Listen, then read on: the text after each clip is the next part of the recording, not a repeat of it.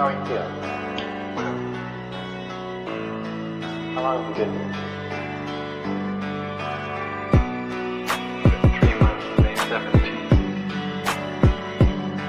And what brought you? That's difficult to answer.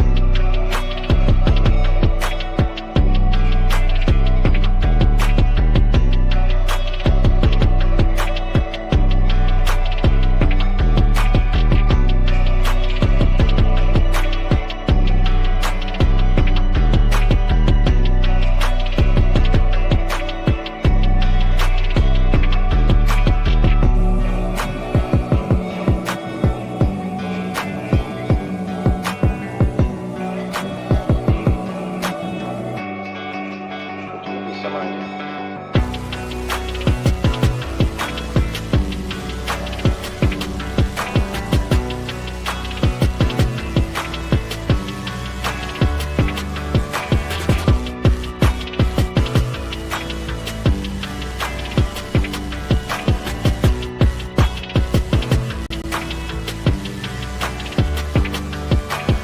I am not completely like other people. What do you mean by that? People dislike me because I am not completely like them.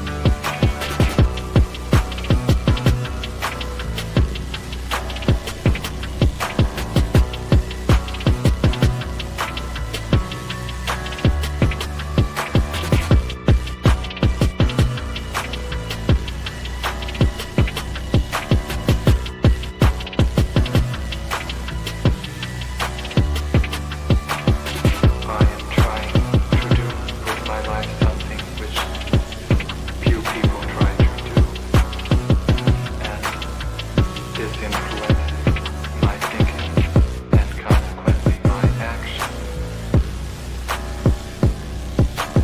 What is it you're trying to do with your life? Play the piano for people. I'm not clear. How is it that playing the piano for people has eventually resulted in your being here in the hospital?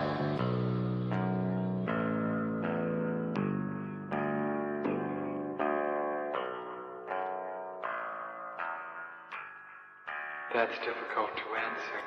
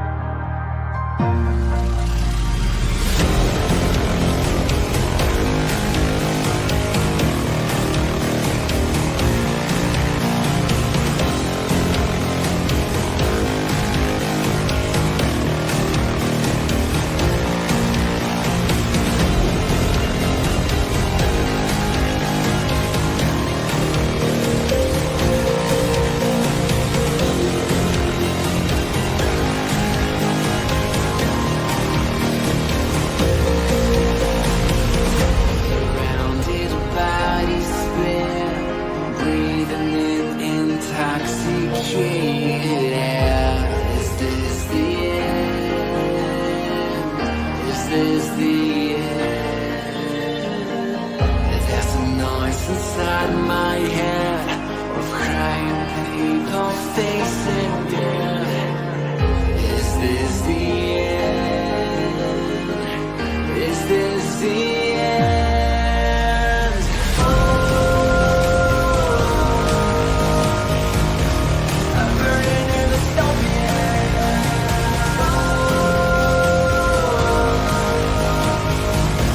There's no place to hide.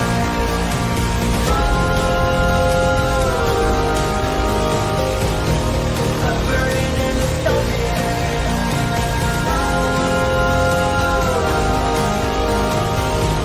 This is the final time. What have we done to the world?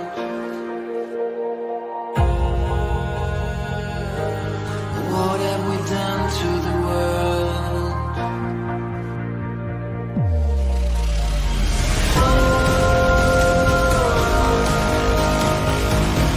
I'm burning in the dystopia.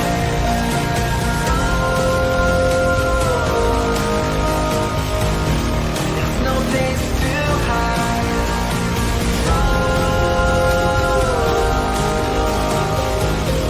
I'm burning in the dystopia.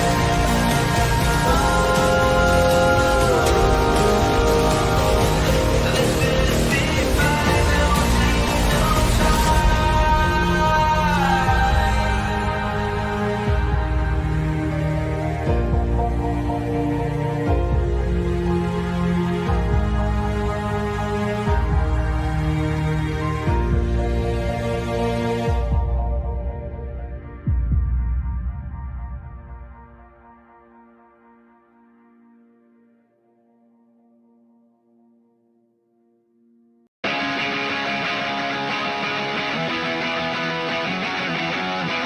I don't wanna get married. I don't wanna be just like you. Nobody bothered to ask me.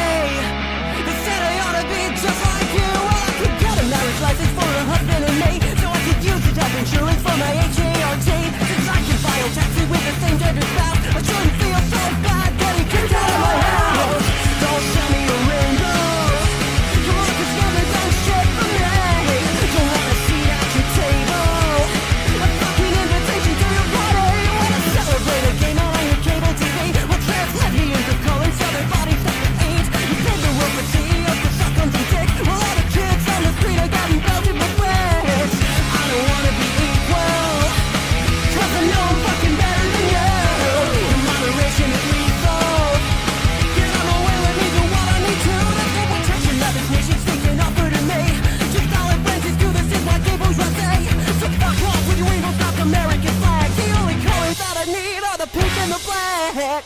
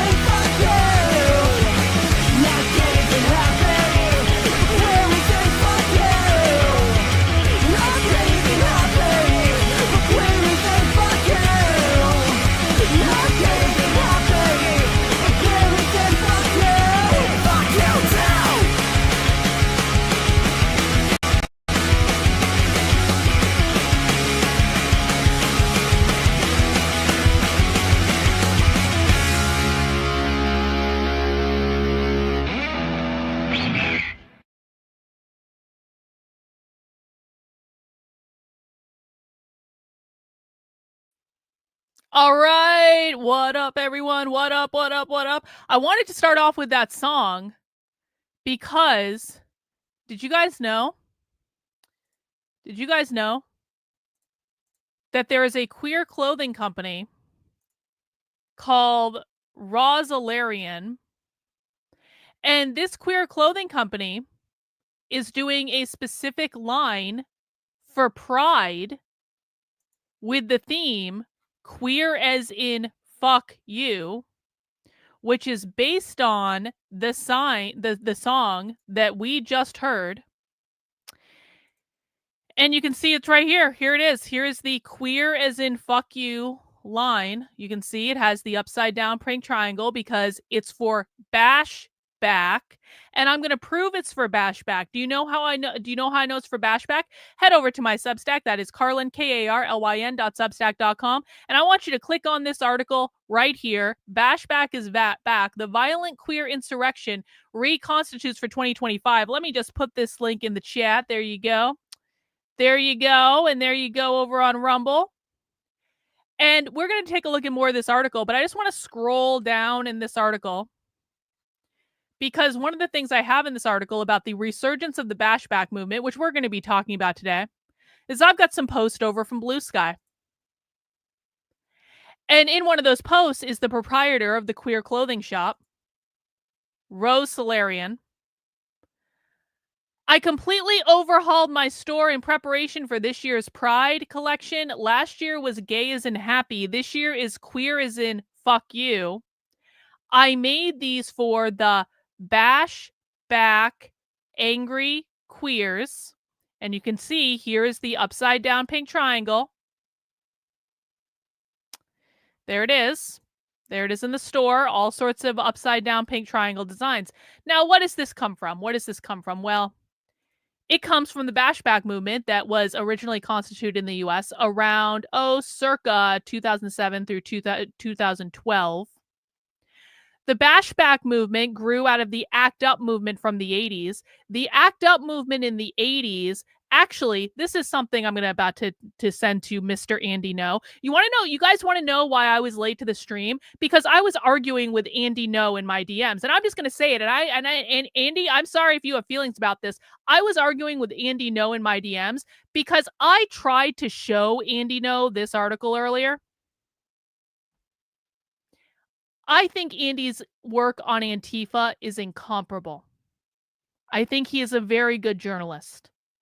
I think he has literally put himself in harm's way to do what he's doing, and I have a tremendous amount of respect for it.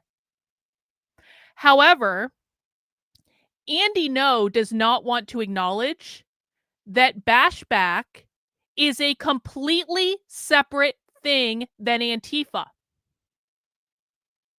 And so I was arguing with Andy No in the DMs right before this. I was like, Andy, this was a very specific group of people that were organized in militant violent cells in multiple cities across the country in the 2000s that were holding Bashback events.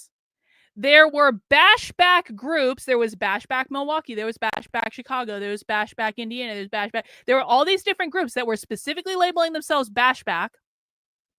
There was the Mary Nardini gang, who was pretty explicitly affiliated with Bashback, producing all these writings that were specific to fucking Bashback that are still referenced by people today.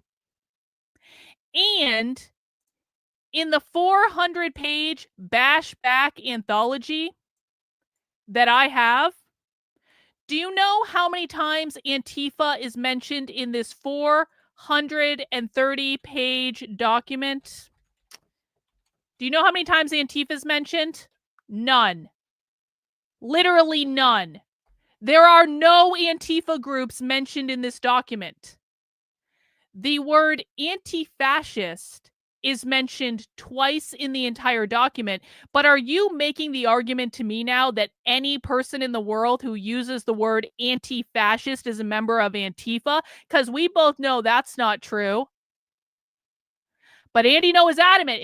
They're the same group, Karlyn. They're the same group. It's just Antifa. It's just Antifa. It's just Antifa. No, it's not just Antifa, Andy. It is a completely different fucking group. And the thing of it is I will accept that. I will offer. I did a live stream earlier today on my Substack where I said, listen, I think there's a lot of overlap between Antifa and Bashback. I'm not going to pretend that these people are dramatically different in their philosophy because they're not. What I am saying is that Bashback is a very specific thing with a very specific set of organizing principles, with a very specific set of documents. And P.S., Andy, you don't even know these documents exist because they never came up in any of your Antifa research. And I know, bro, I've read your book. Your book is fucking great. But Andy has never covered the documents or the organizing principles from Bashback, and I know that because I've been reading Bashback literature for damn near a year. According to ChatGPT, no, Antifa and Bashback are not the same group, though they may sometimes align on certain political goals, particularly opposition to fascism, authoritarianism, and systems of oppression. I 100% agree on that. I think that someone can be a member of both Antifa and Bashback. I think Bashback was highly active before Antifa became highly active. Bashback was highly active before Occupy Wall Street. When did we first start seeing violent Antifa action in the United States on like a large scale? Oh, was that 2016? 2016? When did we start seeing violent action from Bashback? 2007, 2008? Before Occupy Wall Street? And it was specifically labeled as Bashback, and they were specifically having organizing meetings around Bashback and conferences around Bashback and all this stuff specifically around Bashback. And we have the documentation of this, not only in this book, but we also have their fucking zines, and no one has seen their zines. Andy, I promise you, you have not seen their zines. Do you know who has their zines? We do. Do you know why we have them? Because Reagan fucking found them. We have PDFs of their zines in my massive Discord archive that almost no one has access to. We have this documentation. It is not up for dispute. These are different organizations. And there was another thing that I literally just thought of right before I went on the air that I'm going to show you now. Bashback was a growth out of the ACT UP movement in the 80s, Andy. Because one of the things Andy No said to me in this little argument, and again, I really do have the utmost respect for Andy. This is an intellectual disagreement. I don't have anything personally against the guy, but he is staking his entire brand, I guess, whatever, on Antifa. And I don't think he can see outside the bounds of Antifa. So now I'm going to help him and I'm going to paint him a fucking picture. Andy said to me in this argument, Karlyn, I'm sure you've noticed that they use the same symbols and therefore Bashback must be Antifa. Andy, do you know where those symbols come from? Do you know where the upside down pink triangle comes from? I'm going to tell you where the upside down pink triangle comes from. It comes from a reclamation of the pink triangle from World War II when gay people had to wear the pink triangle in the concentration camps and all that stuff. And so what happened in the 80s during the ACT UP movement, which was the precursor to Bashback, what happened in the 80s was that ACT UP was a militant activist organization that got extremely large, especially in places like New York, where they were basically trying to get Ronald Reagan to acknowledge the AIDS crisis. And ACT UP created an iconic poster that actually is in museums to this day with the pink triangle that said silence equals death. This poster was created in 1986. Andy No said to me, Karlyn, this must be Antifa because Antifa has been organizing since the 2000s. Well, guess what, Andy? ACT UP was organizing in the 80s using the pink triangle, and Bashback is the evolution of the ACT UP movement. Bashback is maybe not the evolution. Maybe I didn't phrase that exactly correctly. Bashback is an offshoot that came from the ACT UP movement in the 80s. You want to know why Bashback uses the upside down pink triangle? They are evolving the symbolism from the ACT UP movement in the 80s before Antifa, Andy.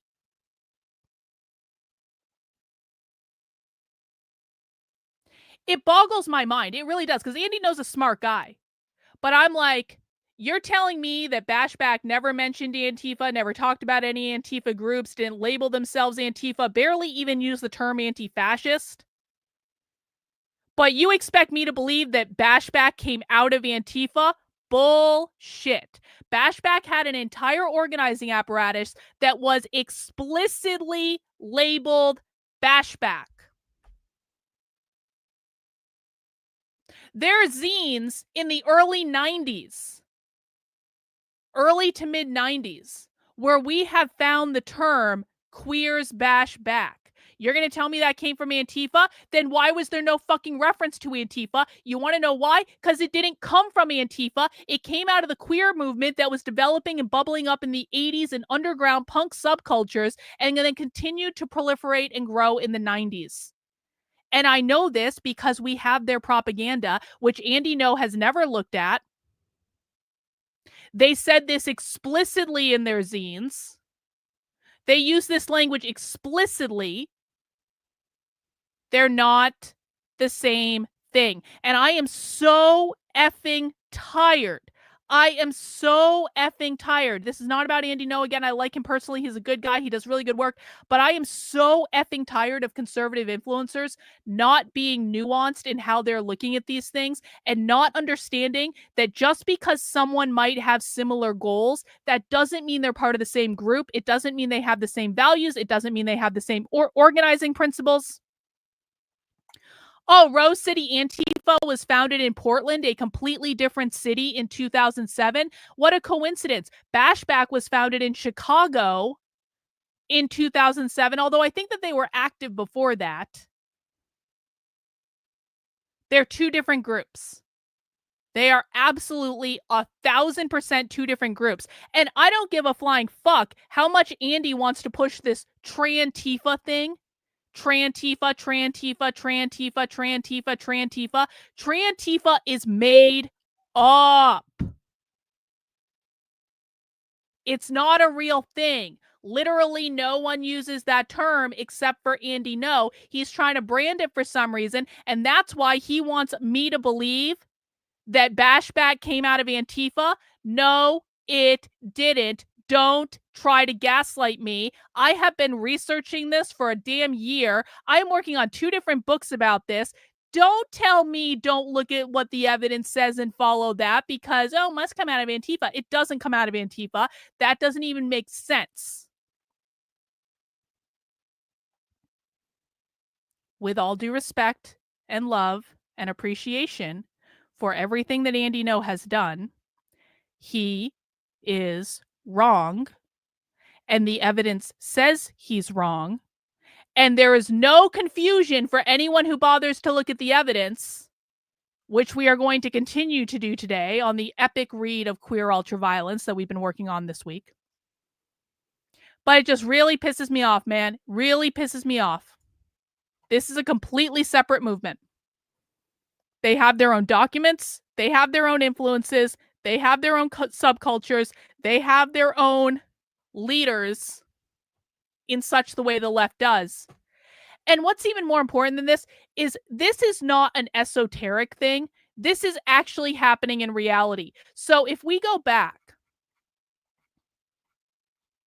and I talked about this in April.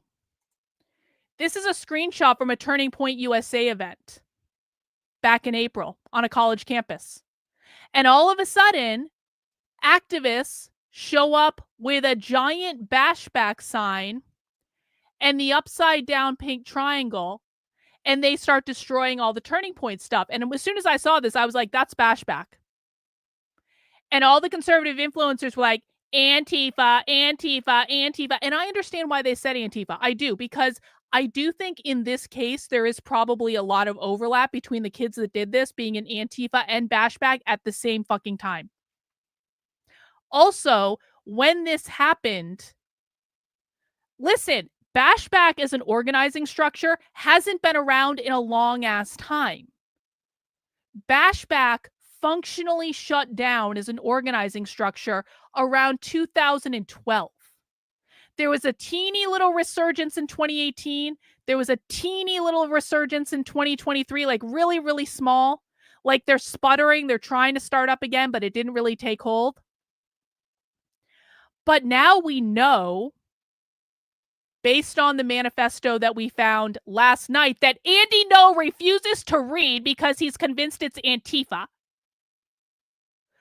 Now we know, based on the manifesto that we found last night when we were researching, that Bashback is reconstituting as an organization.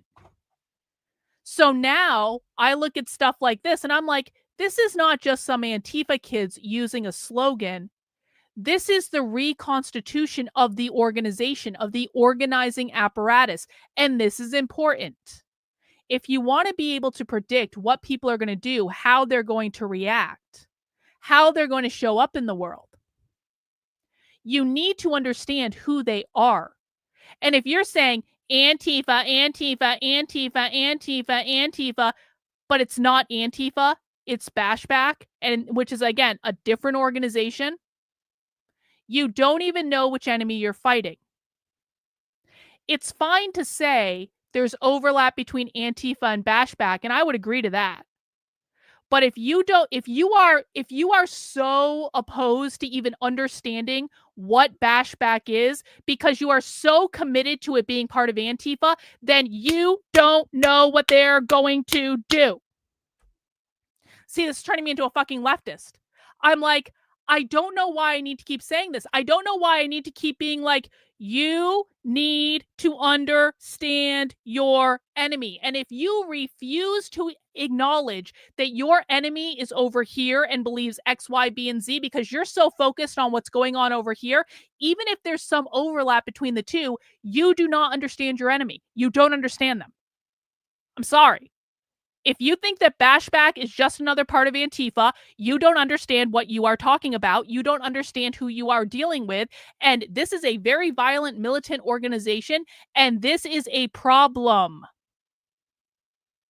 This is almost the same thing as all those retarded conservatives who say, this is all Democrats. They're all Democrats. They're just like, that's retarded. These are not Democrats in any way, shape, or form. And just like these are not Democrats in any way, shape, or form, they are also not Antifa. They might be members of both organizations, but this is like saying, what are some clubs that people might be a part of? I don't even know. What are some clubs that exist nowadays? This is like saying, what's a good example? I don't even know. If men are part of some club related to cars, and men are also part of some club where men drive their cars out in the desert. So you've got one club where men are going around looking at cars and buying expensive cars and like whatever. And you've got another club where men are going out into the desert and driving their cars and beating up their cars because they're men and they're doing man things. Those are two different groups. Now, there might be overlapping membership in those groups because at the core of it, you have men being interested in cars. But one of those groups is going to car shows and is talking about car-related stuff.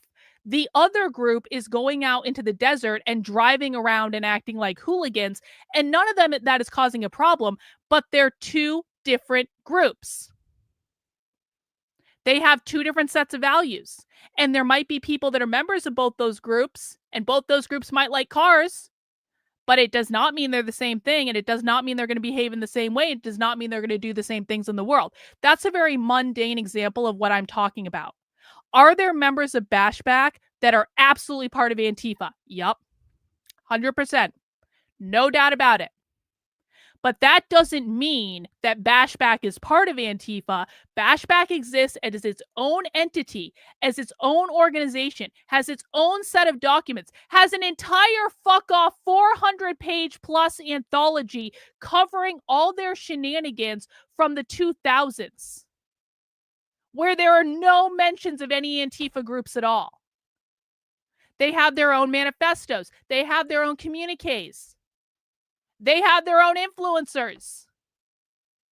They're not the same group. They're not the same group in any way, shape, or form. And I am so sick of having to pretend that this is true to keep the peace among the conservative influencers who are refusing to look at the evidence, Andy. Is there a difference between two groups? One dresses incognito with faces covered and often in all black. From this picture, they will wear color and not worried about showing their faces. Is that too simplistic? Janet, how many socialists have we seen wearing masks? How many socialist events, socialist groups have we covered where they wear masks? to this day, there are socialist and far left groups that mandate mask wearing at their events. So are we now taking the line that this group wears masks and that group wears masks too? They must all be the same group. That's retarded. That's like actually retarded. This group wears black and that group wears black. They must all be the same. Except, oh, wait for it. The Bashback store actually looks like it has a lot of color, doesn't it? Looks like a lot of color to me. Looks like a lot of color. I'm just saying, because they're queer, it's an intellectually lazy way to look at it. Let's go back to this article. So we've got Bashback showing up at this Turning Point USA event. A couple weeks later, Bashback is showing up in West Hollywood. And the thing, do you want to know another differentiation between Bashback and Antifa? Pink and black, pink and black, pink and black. There are all sorts of people specifically wearing pink and black, pink and black, pink and black. Do you oftentimes see Antifa strategically wearing pink? Let's look it up. Hang on. Antifa.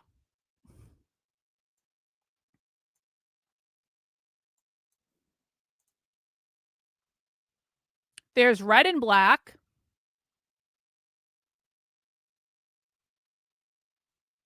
I don't see any pink. I mean, there's some pink smoke there. Black. Red and black. Black. Black. Black. Black. Black. Black. Black. I'm not seeing any pink and black. Okay. Pink and black.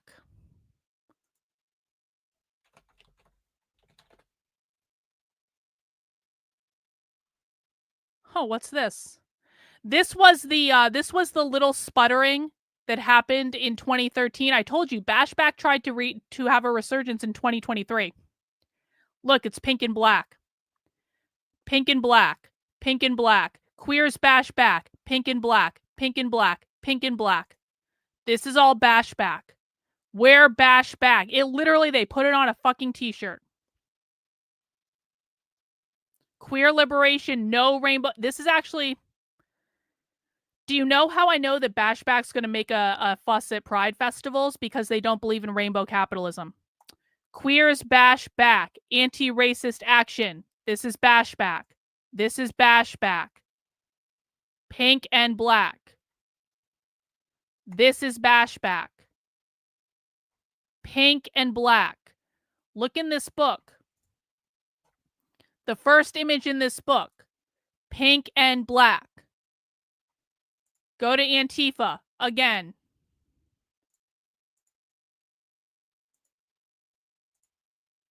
There might be overlap. They're not the same group. Back to Antifa. It's not the same. Not the same. So Andy is wrong. I am right. The evidence will prove that I'm right. Whether or not Andy or anyone else wants to listen and actually look at the evidence, I am still right. And everyone knows it that actually looks at the evidence, because these are two different groups.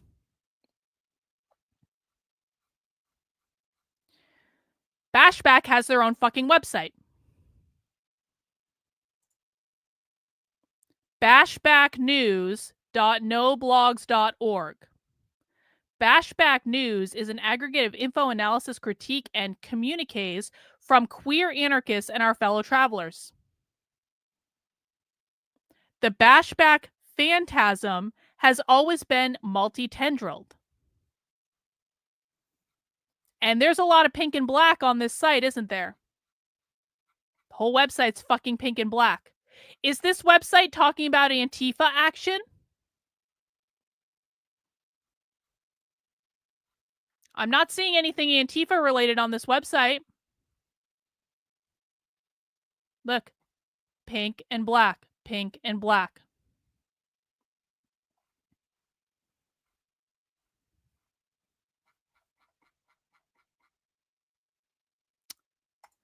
I covered this on the Substack, but we'll read it again here, just for funsies.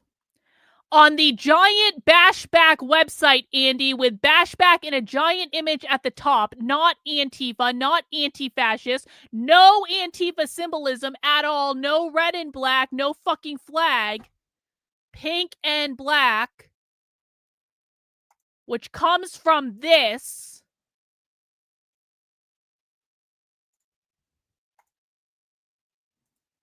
The reason I'm so fired up about this is not just that I've been researching this for a year, because I'm currently working on 2 books about this fucking movement. That's not the only reason I'm fired up about this. Well, first of all, the truth matters. The truth matters. You want to know why I'm so... Karlyn, why does it matter if they're 2 different organizations? Because the truth matters. Reality matters. Reality matters more than any narrative that Andy No wants to shill on the internet about Trantifa.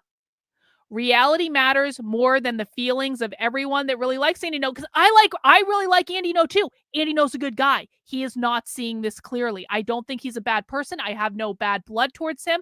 I'm not trying to shit on him. I'm not trying to say people should denounce him. You should not denounce him. He does excellent work when he's looking at evidence. But the truth matters more than Andy No's feelings.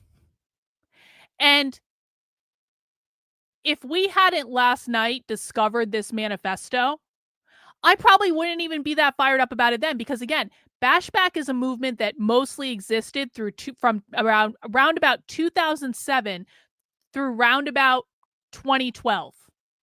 So if it was just a movement that was in the past and maybe they had these little sputterings of trying to start up again, I wouldn't actually be this fired up, except that now we know, based on a manifesto that we found last night on one of their websites, now we know they are officially reconstituting the organization. So, and I think that we have already seen this show up in the world. We saw it show up at the Turning Point USA event. We saw it show up in West Hollywood. This is when Walkaway held their staged rally and all this stuff. I can go on to Blue Sky right now, and I can find, we'll talk about that in a second, I can find the Bashback clothing company making clothes for Bashback angry queers. They're using it by name specifically. I can find images of Bashback signs all over the place. This is one from Baltimore. I can find people saying that they're going to attack Pride. Queers bash back. This is Pride is coming up. Queers bash back. Don't be afraid to bash back. I can find them saying, don't bash back, shoot first. Reagan said, from ChatGPT, the pink and black color combination is more strongly associated with Bashback queer anarchist movement than Antifa. Antifa is primarily associated with black and red. They are not the same thing. Trantifa is not a real thing. Probably what's going on with this Trantifa thing that Andy's trying to brand is that's actually the Bashback movement. If you want to talk about there being overlap between Antifa and Bashback, that's fine. But can we also acknowledge that Trantifa is not a real thing, and it's probably the Bashback movement within Antifa? That's what Trantifa is. It's not Trantifa. No one has ever called it Trantifa except for Andy No. It's Bashback. And maybe there are Bashback people within Antifa. I can fully accept that. But it is a separate thing. It evolved as a separate thing. It evolved as a separate entity out of the ACT UP movement in the 80s, where they took the pink and black triangle from the iconic poster that says silence equals death. That's where it came from. And the truth matters. It matters. Do you see Bashback as a concrete expression of queer Marxism? Yes. Bashback is queer Marxism. 100%, Scott. 100%. Absolutely. 100%. So the reason I'm so fired up about this is last night we found this manifesto from Bashback where they are reconstituting now. Literally now. And so I want to read you that manifesto. If you saw my live stream on Substack earlier today, you've already heard me read it. If you saw the live stream last night, you may have already heard me read it then, but not everyone saw those things, so we're going to read it again now. Bashback Summer 2025, The Coming Insurrection. This is the new manifesto from Bashback. Why don't we declare our own war? An orgy of violence, even slightly expanding the small window of allowed gestures into millions of precincts burning, writhing together in unlimited grief, unlimited pleasure. There are so many people who feel safe calling for our deaths. They are the ones that should feel that their end is coming because it is. Face to face, the fragility of our enemies is fucking laughable. They put billions of dollars in protecting their fragile egos, their joke, little suburban families, militarization, the borders around their sad little sexualities, gender failures, living in constant fear, praying to starve off this inevitable unraveling. The more they attempt to police and groom nature into this arrangement, the more chaos they create. But chaos is our language, not theirs. That's why, in a slightly squatted forest, they imagine us as the Viet Cong. Their fantasies of a trans-menace ravaging their safety becomes the manifestation of their next era, our era. In every one of their predatory projections, every law they pass, they beg and beg for us to consume them, to suck the flesh off their bones and to spit the remains into a hole, seeping back into the earth. This desire haunts their waking nightmares. We already know via sex work, porn searches, that the Western man wants to fully submit to us. The more repressed he gets, the more he yearns for us, salivating for trans seed, paying top dollar to suck us off in dark alleyways and fuck us in hotel rooms in members-only clubs. The more he exposes his vulnerabilities, the more opportunities we will find to strike. It's come time for us to declare war, as if it hasn't been declared already. Our eradication announced in an executive order. The time of being humanized by liberal attempts to normalize and domesticate us is obviously over. This approach has failed 1,000,000 times, hypnotizing everyone and killing us with the death of 1,000 cuts. It is time for us to remember what it means to be queer and alive. We've lost our sacred thread, the ecstasy of our first anal orgasm, the shallow breaths of our souls awakening the primordial right to our sacred sexualities. We're even losing the thread of intergenerational protection and nurturing of our young queer souls, leaving them with the fetishistic internet for a mother, which at best is a panopticon, at worst a police state. Those that come of age in an earlier time experienced wild, chaotic, free spaces and were neutered by queer elders, IRL, who fought for our wildness and protection. These spaces have been systematically destroyed by real estate and police fascism, forcing further suggestions to be raised by Reddit or a middle-aged Grindr hookup. The remaining spaces converted to expensive cocktail venues and blanched fine art, non-profit spaces.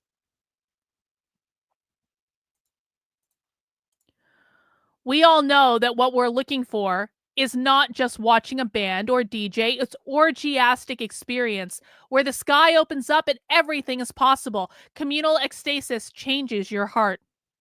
Our strategy of war, as much as it is to tear holes in, as it is to tear holes in rich men's safety, is also open up these portals, sacred holes in society that everyone can enter and experience the ecstasy of being a liberating body, someone who opens more holes of their own until the desire for control and order are eroded and consumed by our mutualistic, orgiastic horde. The orb of goddess, consciousness, this primordial cosmic force urges a time of endless music, endless affection, endless care, endless cooperation, endless violence, and constant expression, expansion. Before you even think about killing yourself, burn every bridge, attack everything, fuck wildly in the woods, get guns. Form a cell, crew, affinity group, gang, learn OPSEC, attack, start small, set larger and larger goals. Become painfully beautiful. Get good. Get really good. Get everything. Come find us. May 2025. Los Angeles. Bashback Summer. Correct, Adrian. Bashback sees the pink pussy hat liberals as the enemy. 100%. 100%. We have seen the word domestication before. We have. Do you know where we've seen the word domestication before? Counter-Revolutionary Book Club. And the document that we specifically saw domestication in is Against the Gender Nightmare. Against the Gender Nightmare was authored by Baden. Interesting thing about Baden. Interesting thing. And I have to find my receipts for this. But Against the Gender Nightmare talked about domestication as basically domestication, they might say normativity today, which is assimilating to being domesticated by capitalism. A funny thing about that, the same people who published Baden much later on, maybe I can find it, hang on, Be Gay, Do Crime book. This.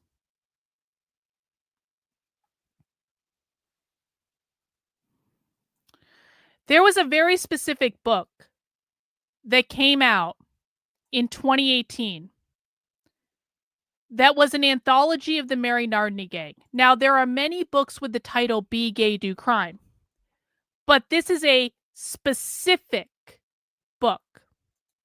It was published in 2018. Where's the publisher? It was published by Contagion Press.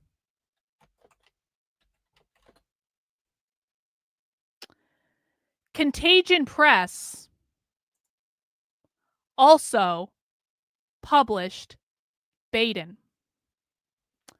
Baden is what published Against the Gender Nightmare, where they explicitly talked about the idea of domestication.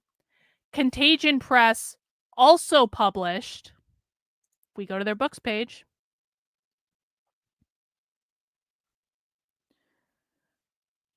all these journals. See, Baden 1, Baden 2, Baden 3. But I'm pretty sure pocketbooks, Be Gay, Do Crime, the Mary Nardini Gang, on Contagion Press's website, which also published Against the Gender Nightmare. These are the same fucking people. And oh, look, the website is pink and black. Again. These are all the same people. Do you see any red and black here? This is all queer stuff. I don't. I don't see red and black. What I do see is all the Baden publications, which is where Against the Gender Nightmare came from. And I see explicit publishing of the Mary Nardini gang in 2018 as a little retrospective. They're the same people.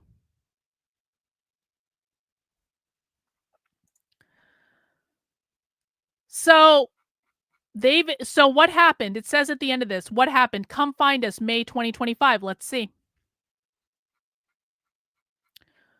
What happened in Los Angeles in May of 2025? Week and a half ago. 9th Los Angeles Anarchist Book Fair. Books, workshops, panels, zines, food. May 17th and 18th, 2025. The vendors. Bashback.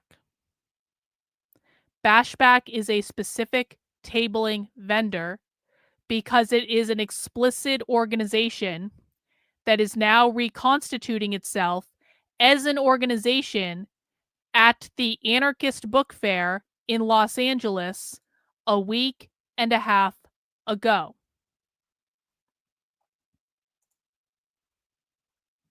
Funny thing, Black Rose Anarchist Federation. Black Rose Anarchist Federation is actually Antifa. That is an Antifa organization. And yet it seems to be labeled separately than Bashback. Not that they aren't friends, not that they wouldn't work together, because they probably are friends and they probably would work together. But they are not the same thing. They're not the same thing at all. You know what this is like? This is like when people say, you're just like James Lindsay. You want to be like James Lindsay. And I'm like, I have literally never fucking tried to be like James Lindsay. I've literally never spent my time reading the philosophy of dead philosophers. I go undercover at events that James Lindsay doesn't even fucking know about. I infiltrate events and create archives of content that James Lindsay doesn't even bother to look at. I don't cover any of the same shit he does. But because we both cover the left, people are like, it's the same thing. This is the conservative mindset. And Andy No is better than this. They are two different organizations, Andy.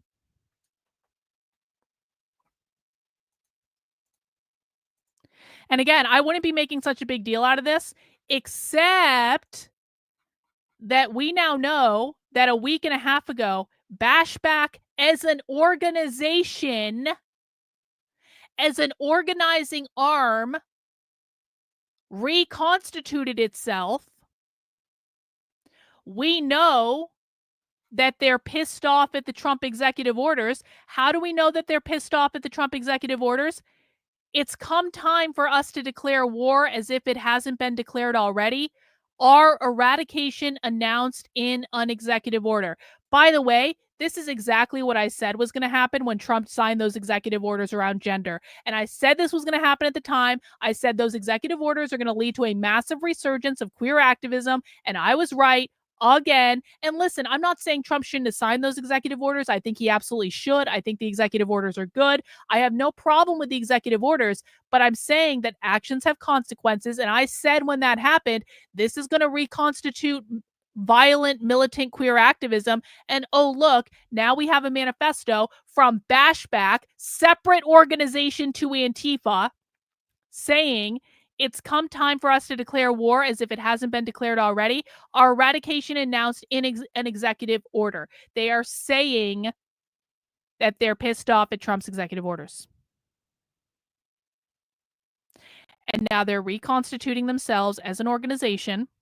And by the way, when you see stuff like this, you might think, okay, Karlyn, they got around and they sold some books. Like, who the fuck cares? No.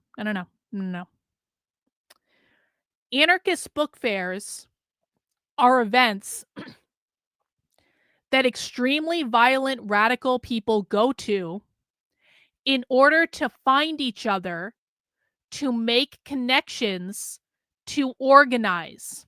This is not just you go into an event and people are selling some books. They do that. Sure. Yeah. But it even says on the flyer, books, workshops, panels, zines, food. This is not just sitting around talking about books. This is a conference. This is an organizing event. This is an event to help radical revolutionary people find each other and make connections and communicate and organize and discuss their ideas on workshops, discuss their ideas on panels, hand out literature about their ideas, recruit more people to their cause. That's what this is. So saying that Bashback is an official table at this thing This is an official organizing event. They're trying to recruit more people. And we already know that they're engaging in direct action because we have these screenshots that conservatives didn't know what they were fucking looking at, but they were looking at Bashback. Pink and black, pink and black.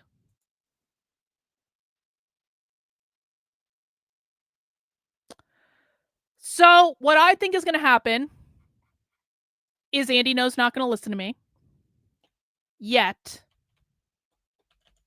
which is a shame. Which is a shame. Because I think that if Andy just removed himself from this conservative narrative that he's trying to shill about Antifa, and he actually took time to look at the evidence, and he actually took time to understand that Bashback came out of the ACT UP movement in the 80s, and that's why they have the pink triangle. It has nothing to do with fucking Antifa. They came out of the ACT UP movement in the 80s, which used the pink triangle as part of their iconic imagery, and they reappropriated it to indicate militant queer activism, and they turned it upside down because that means a sign of distress. That they dress differently than Antifa. They have different organizing documents and values than Antifa. They have a different vision for the world. It's not dramatically different. There's a lot of similarities. Both groups are radical revolutionary groups. Both groups are militantly violent. That doesn't mean they're the same thing. And so what is going to happen is this is going to be yet another instance where I am not listened to, even though I have all the evidence and they have none of the evidence. And I'm not going to be listened to because my version of events, based entirely on the evidence and reality, is not convenient to the conservative narrative, because conservatives don't like to say that this is about queer as a political ideology. They just want to make it about trans people, trans people, trans people. Conservatives don't even know the difference between trans and queer, by the way, but they pretend that they do.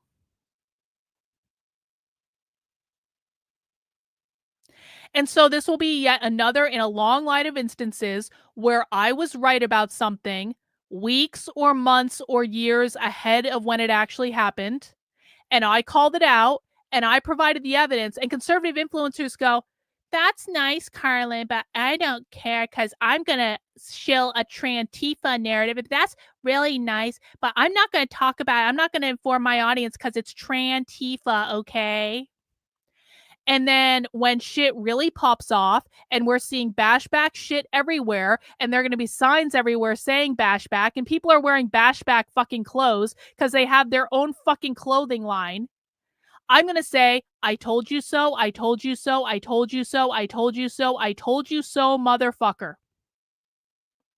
It's Antifa. No, it's not. No, it's not. And then conservatives will continue to lose. And they will wonder why, because they never bothered to understand what they were fighting. They never bothered to understand who was showing up at their events to destroy their shit. They never bothered to understand why these signs all say the same thing, and why do these signs all have the same symbology, and why do these people look a little bit different than Antifa? Because they're wearing pink and black, whereas Antifa is red and black. Like, why might that be? What different values do these people have? What do these people believe about the world? Because these people are actually way more dystopian than Antifa. It's way worse. This is probably the lead I buried, right? The reason I'm so pissed off about this is Bashback, Queer Marxism. There is nothing more dystopian. There is nothing more destructive. There is nothing more insane and unhinged and will undo every part of our society than this. This is the biggest enemy. This is the final boss. This is what's being perpetuated in schools. This is the thing that they're using in colleges in their papers. They are using papers that were produced out of the Bashback movement in their fucking college papers. We have found them doing this. This is more influential. This is the thing that's going to fuck everything up.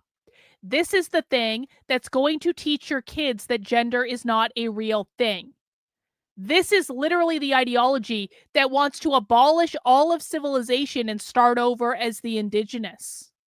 Now, do I think they're going to get their way? No, I don't. Calm down. But what I'm trying to articulate is that this is the most radical ideology that exists. And I can't even get conservatives to acknowledge what it is. Even though I'm like, here's the evidence, here's the evidence, here's the evidence, here's the evidence. Hey, Andy, do you want access to my massive archive of this propaganda? Oh, you never answered, so I assume you don't want it. Why don't you want to see the massive archive of this propaganda? Because I literally did offer Andy No access to my massive fuck off Discord with all this propaganda so he could see for himself. He wasn't interested. So I'll do it. Andy's done his work. He wrote his New York Times best-selling book about Antifa. That's all he's going to talk about. He's going to claim Trantifa is a real thing when it's not. It's something he made up.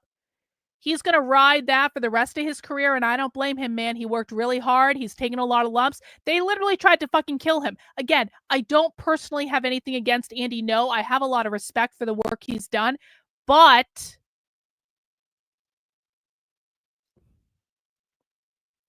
this is not the same thing.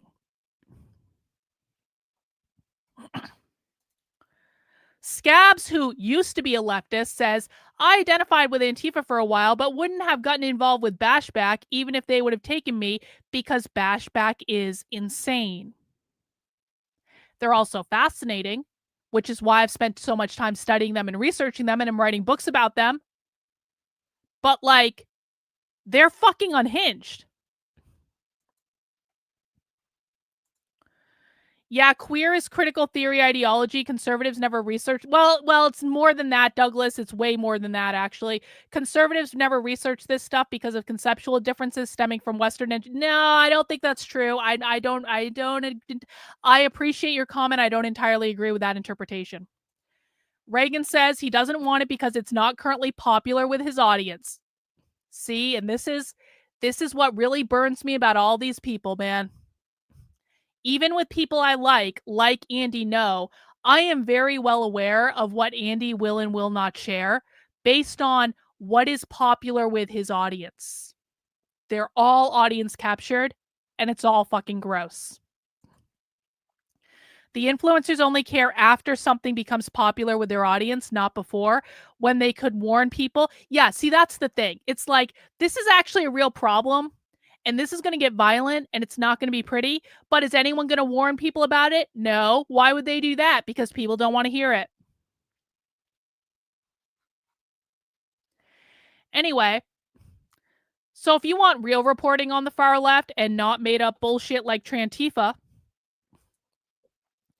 head over to my Substack. That is Karlyn, KARLYN.substack.com, where you can find the evidence, just a little tiny taste of the evidence around Bashback. You can read the whole manifesto for yourself. You can look at the posts on Blue Sky. You can decide what you agree with.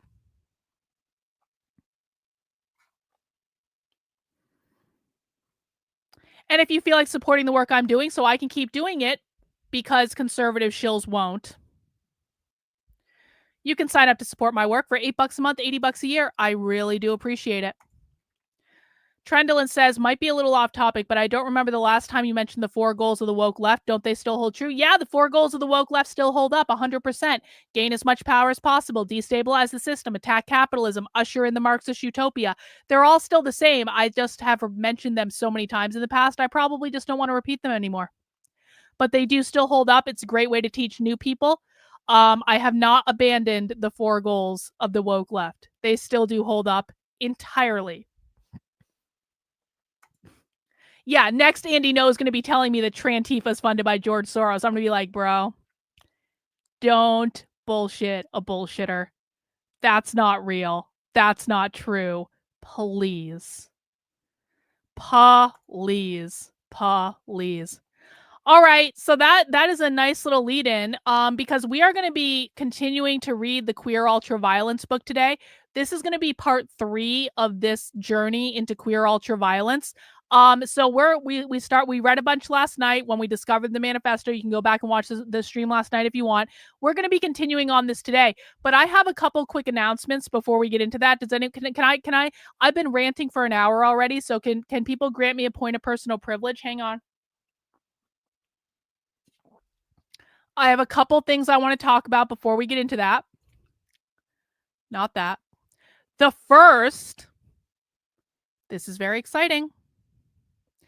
After almost a month of fighting with the state of New Hampshire, a month of fighting with them and refusing to drive to Concord and refusing to pay them an additional extortion fee to get them to do this, because I paid them a fee when I filed the trade name application, and then they just let the form sit around for a month because they didn't want to process it.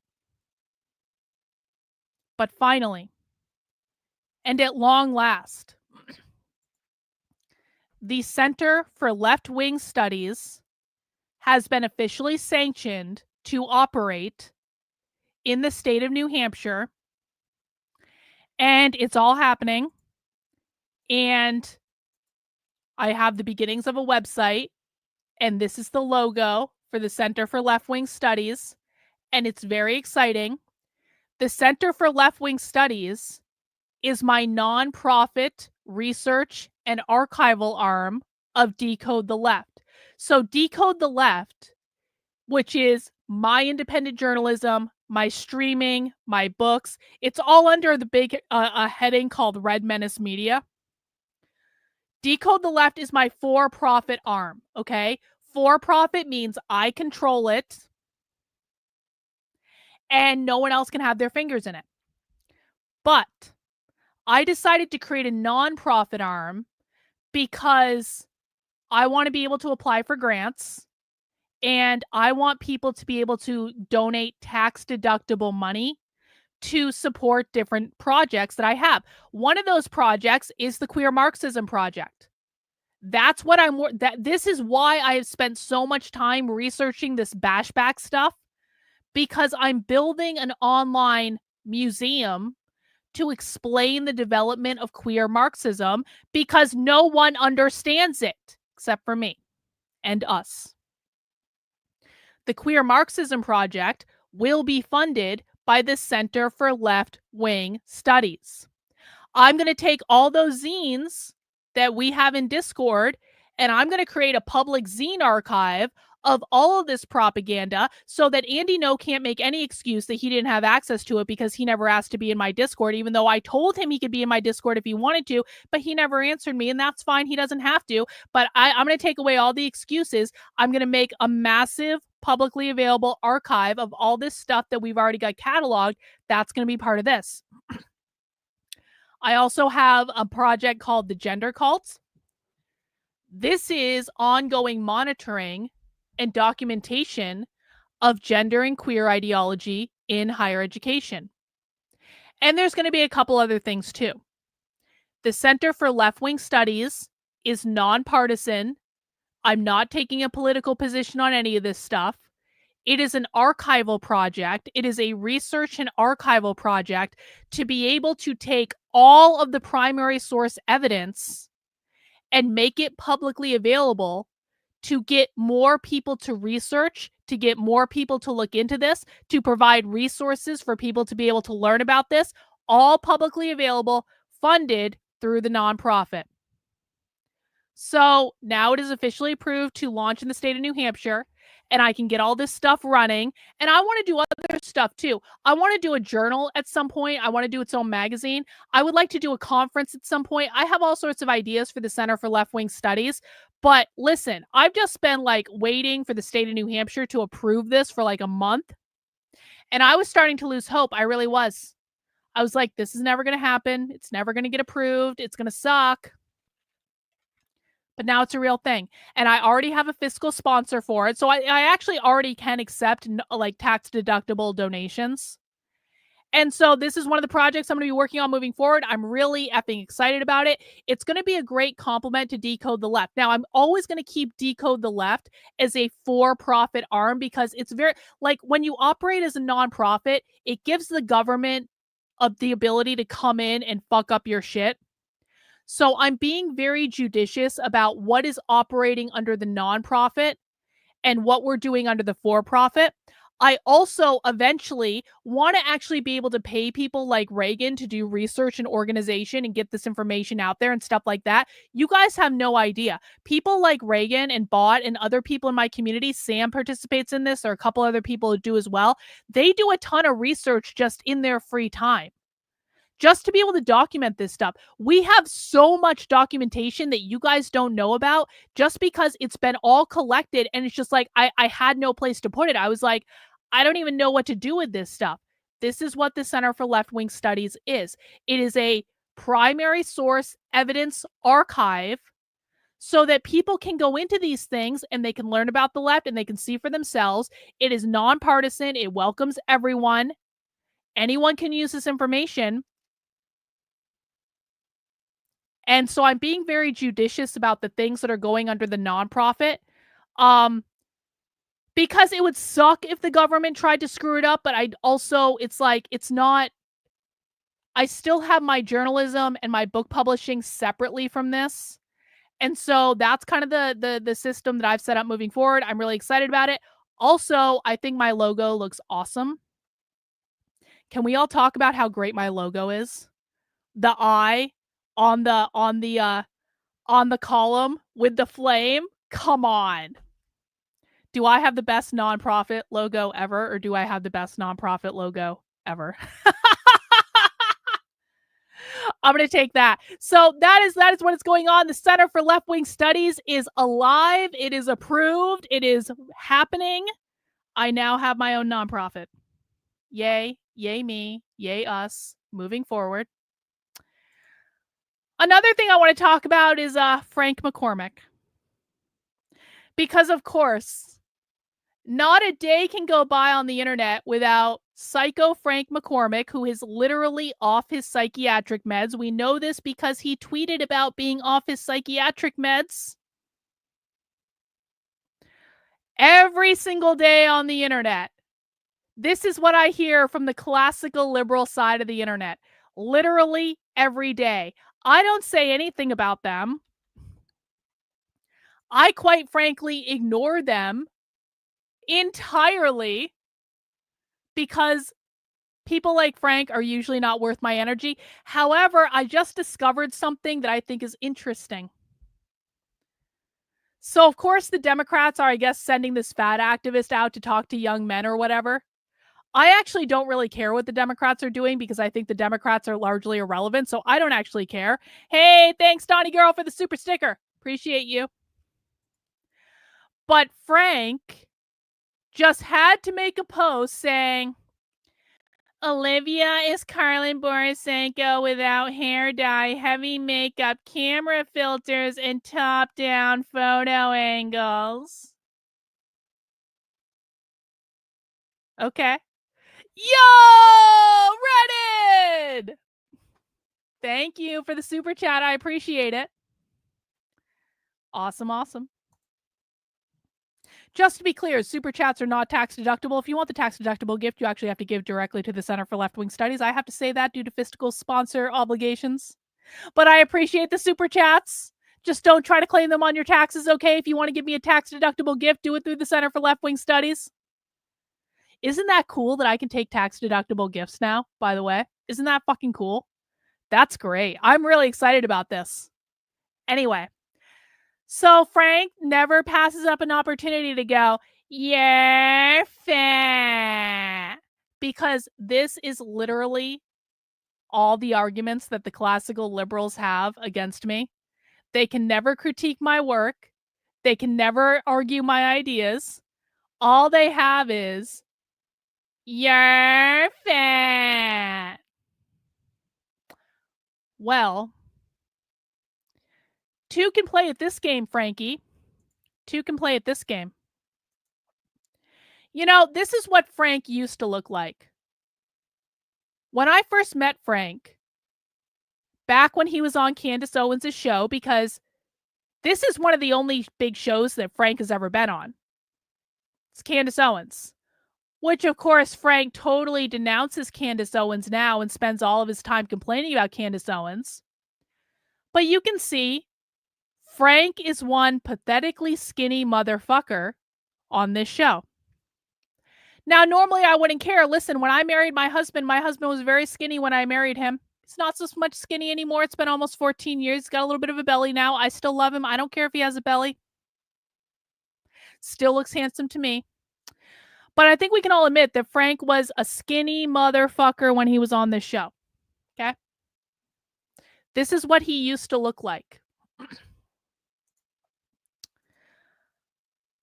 I recently discovered that Frank identifies as queer. Did you know that Frank McCormick identifies as queer? Do you know how I know that Frank McCormick identifies as queer? What website am I on, you ask? What website am I on with a picture of Frank McCormick? Queer Majority. Different like you. Queer Majority has articles about queer cinema, queer professional wrestling, the Pope, apparently, all sorts of rainbow stuff. Queer Majority. If I go down to the bottom and I follow the contributors link, there's a lot of people who have contributed to Queer Majority. I don't recognize most of them because they're obviously queer. And I don't associate with queer people. Like porn star and Manhattan Institute reporter and former hardcore porn star Christina Buttons. Christina Buttons is a liberal former porn star that pretends to be a journalist. Christina's on Queer Majority. And then, if we keep scrolling, look at all those trannies. Look at all those trannies. Frank. Frank is also a contributor to Queer Majority because apparently Frank is queer and identifies as queer. But even more than that, Frank wants to run around calling me fat.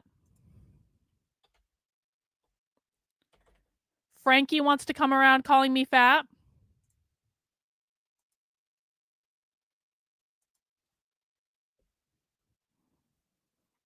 If I look at this picture, where Frank appears to be very skinny in this picture, and I compare it to this picture that Frank is using on the queer website to identify as queer while contributing to a website that documents queer, Frankie seems to have gained a little bit of weight. Do you guys notice that? He seems to have gained a little bit of weight. His face is looking a little fuller. Looks like he's really trying to hide a double chin down here by keeping his face very steady and up. Even if you look at this, it kind of looks like Frankie has developed a little man boob right here. That looks like a man boob. It has like, you can see the shadow. That is a man boob. It's just looking a little fuller, looking a little fatter. And so my point is this. If Frank wasn't constantly doing stuff like this, I wouldn't give a flying fuck what Frank's weight was. I don't actually care. Unlike Frank McCormick and his low IQ bullshit, I actually don't care what people weigh. I care about the contribution of their ideas. I care about their intellectual arguments. It makes no difference how much people weigh. I'm not going to sleep with any of you. I'm married. I'm not interested. So if he wasn't doing this on a daily basis, I probably wouldn't care that Frankie has obviously and clearly gained a bunch of weight since he was on Candace Owens, to the point where he's really, really, really, really, really trying to hide that he's got some man boobs action going on here. And maybe there's a reason that Frank is running around saying, "You're fat," to everyone on the internet. Maybe Frank is just a little self-conscious about the weight that he has obviously and clearly gained, possibly since going off his psychiatric medication that he was on for 30 years, apparently. He was on psychiatric medication for a really long time, and then went off of it and was tweeting publicly about going off his psychiatric medication, and then he started gaining weight. I'm just saying, Frank, that your obsession with weight comes from somewhere. And it's not because my weight has anything to do with the content of my arguments. It's not that my weight has anything to do with the epic amount of anti-communist content that I create on the internet. It's not that I am the best fucking analyst of the far left on the internet when Frank doesn't even know what the fuck is going on. The reason that Frank just obsesses about weight all the fucking time is because Frank is getting fat. He is getting F-A-T, fat. Oh, Colin Wright is a contributor too? Is he? Where is Colin? Where is the classical liberal Colin?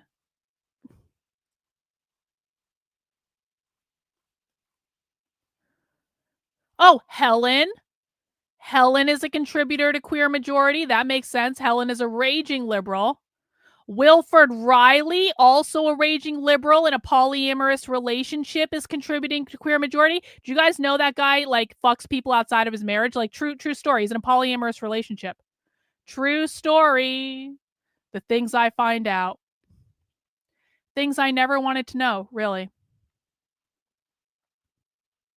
Oh, yeah, there's Colin Wright at a bar trying to be a serious contributor.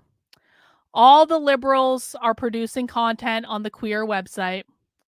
And again, they can do whatever they want. I don't really give a fuck.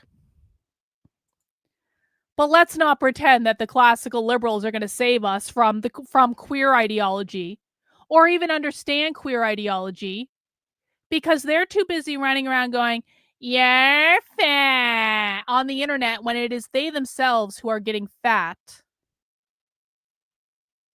and look like they're totally fucking like his eyes are black. You can tell he was on psychiatric medication for a long time because his eyes are all fucked up. Anyway, yep, Frank never critiques my work at all. Frank is not smart enough to understand my work. That's okay. That's all right. Frankie can cry as many tears as he wants. I don't really care. You want to know why? Because we're gonna go read some queer theory now. We're gonna go read some queer theory. We're gonna read some queer ultraviolence. Where are we starting out? Okay. We are reading the book Queer Ultraviolence. Let me make sure you guys have a link to this so you can follow along. Thank you for bearing with me through the extended introduction on the channel. Let me find it. Queer Ultraviolence PDF. If you would like to follow along with what we're reading, I've put the link in the chat. There you go. There you go. This is a massive book of essays that Andy No refuses to read that documents the Bashback movement. And we have been reading this. This is part 3, and we are moving into questions to be addressed before Denver. What is this?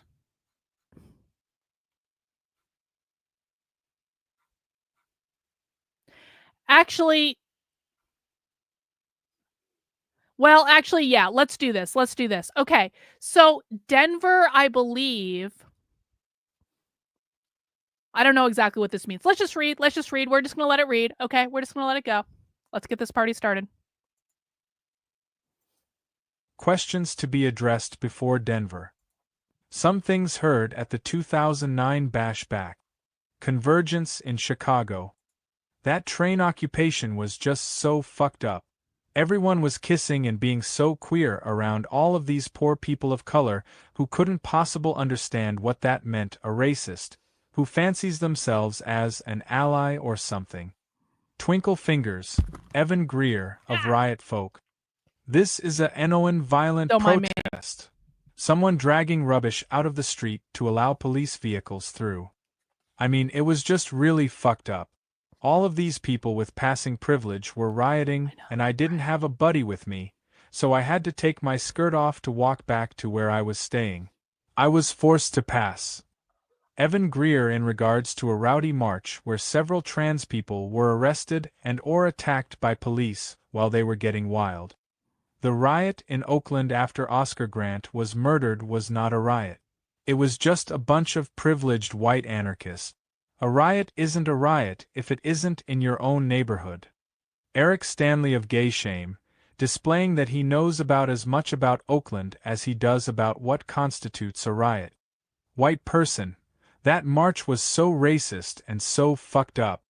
Another white person, that march was so racist and so fucked up. There were people of color in the neighborhood and women and trans people. Several female-bodied people of color who live in Chicago. Actually, it wasn't fucked up. Bashback isn't supposed to be polite. Destroying capitalism and normalcy won't be pretty or polite. It will probably be very rude. Bashback isn't supposed to be polite. Destroying capitalism and normalcy won't be pretty or polite. It's probably going to be very rude. That's what bashback means. I mean, we're anarchists, right?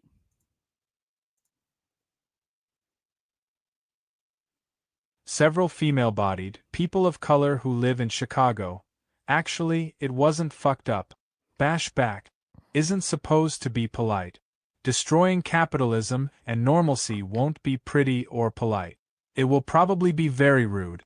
That's what bashback means. I mean, we are anarchists, right? Silence for a bit. Another white person. We aren't all anarchists. Yet another white person. That march was so fucked up. Everyone needs to work on their shit. Some questions to be addressed before the 2010 Bashback. Convergence in Denver. What is Bashback? Is Bashback a network? An organization? A gang? A tendency? I just want to point out that if Bashback has anything to do with Antifa, they're probably going to address it in the section called What is Bashback? So let's just listen. What is Bashback? Is Bashback a network? An organization? A gang? A tendency? If we are a network, what do we find in one another? What do we hold in common? A desire? A passion? A strategy? An ideology? Or simply an identity, a name? If BB is an organization, we are doomed from the start. We can expect a future filled with heavily moderated consensus meetings upon heavily moderated consensus meetings until we are nothing but arrogant hipsters meeting in a bookstore and taking nearly 6 months to plan or write anything.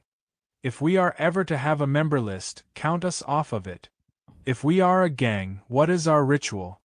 How should we fight? How do we measure in exclusion? In what ways can we share the means of our existences? What are the best ways to have each other's backs? How do the trappings of activism and organization limit us? More importantly, how cute is our outfit? Have we worked out our dance moves?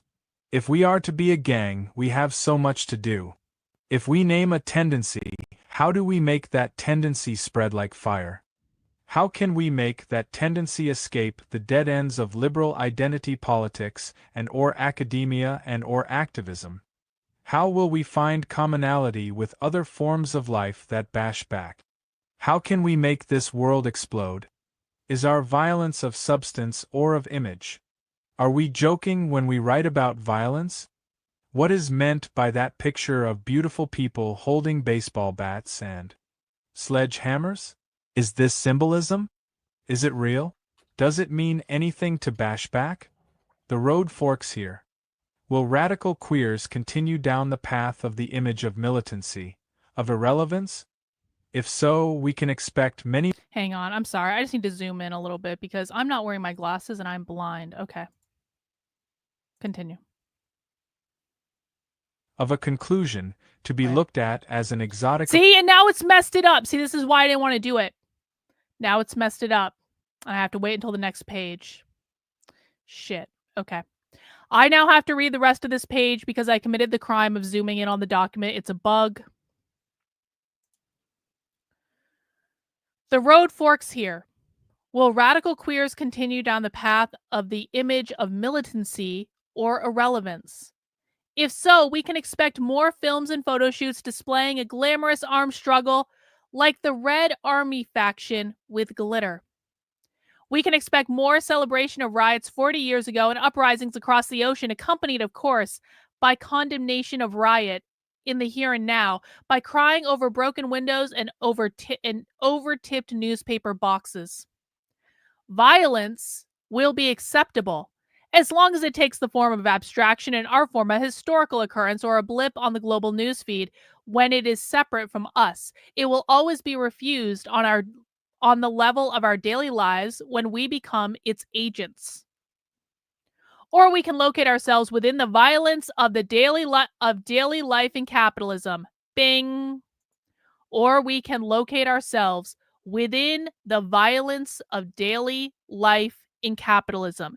Remember, these people believe that capitalism is literally violence. Capitalism is literally oppression. Capitalism is literally killing them.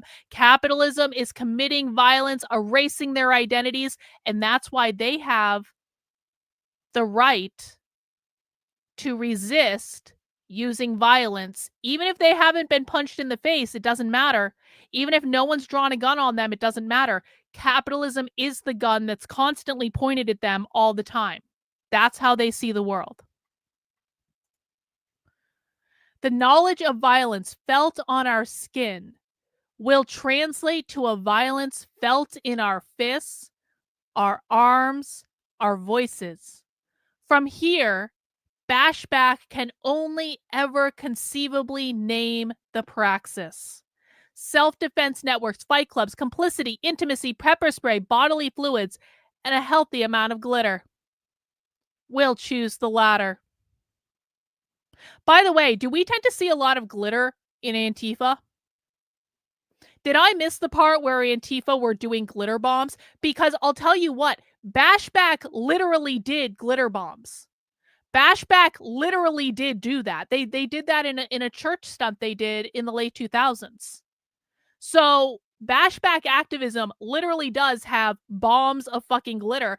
I've never seen Antifa have glitter, Andy.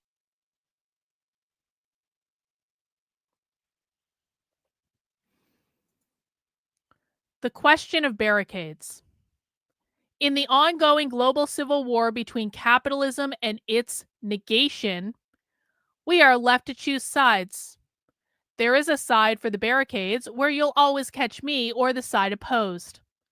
To be clear, the opposition to barricades is always an endorsement of order, always to side with the police, the queer bashers, the judges, the juries, the prisons, the state. So where will we find you? Amongst the rabble or in line with the snitches and good citizens of empire? A friend wrote from Greece concerning a newly translated piece on the insurrection. I worry as to whether it's even worth presenting a text that celebrates barricades to readers that condemn their constructions in the Chicago streets. In my eyes, what could only be worse is for, instead of a conclusion, to be looked at as an erotic applause to blockades, riots, and street fights only in places and lives far from our own. All right, the machine is picking up again. gladly, and on the other hand, there were those who neglected the banal criticism from the anarcho-liberals, and erected barricades to for once impede the state's grip on their entire existence. Let be. For better or for worse, a split is inevitable. A split so that the tired discussion about whether or not to build barricades can be silenced like a drunk giving an inappropriate eulogy at a solemn funeral. A scission so that we get on with the important questions, refuse to consider the morality of barricades, and only correctly concern ourselves with how to make them taller, stronger, more terrible, so that metropolitan avenues can become as uncontrollable as an element of nature. What does it mean to resist oppression? Will our anti-oppression work take the same tired forms of caucuses and guilt-ridden ally workshops? Will we simply be the extreme vanguard of the same useless identity politics regurgitated by liberal studies professors in every university in the land? Oh, I love that so much. They're making it so clear how much they hate identity politics. Will our anti-oppression work take the same tired forms of caucuses and guilt-ridden ally workshops? Remember, this is in like 2008. This was before Robin DiAngelo. This was before the rise of DEI. And they're already saying in 2008, as militant queer activists, they're like, we hate these guilt-ridden ally workshops. They're fucking stupid. Will we simply be the extreme vanguard of the same useless identity politics regurgitated by liberal studies professors in every university in the land? They're telling you, they're like, all of these stupid fucking liberal professors are doing all this assimilationist bullshit, and we are not going to be the extreme arm of these liberal professors. So it's like every time that people say that woke is Marxism, woke is Marxism. I mean, that is true. Woke comes from Marxism. But like what people need to understand, Elon Musk and his friends don't understand this.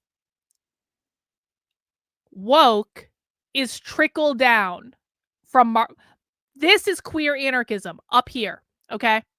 Queer anarchism is one of the most militant forms of Marxism, the most militant dystopian radicalized forms of Marxism in the United States. Woke and DEI training is trickle down from that to the point where once you get to like where DEI training is, which is not even like, it's more like the queer Marxists are way the fuck up here.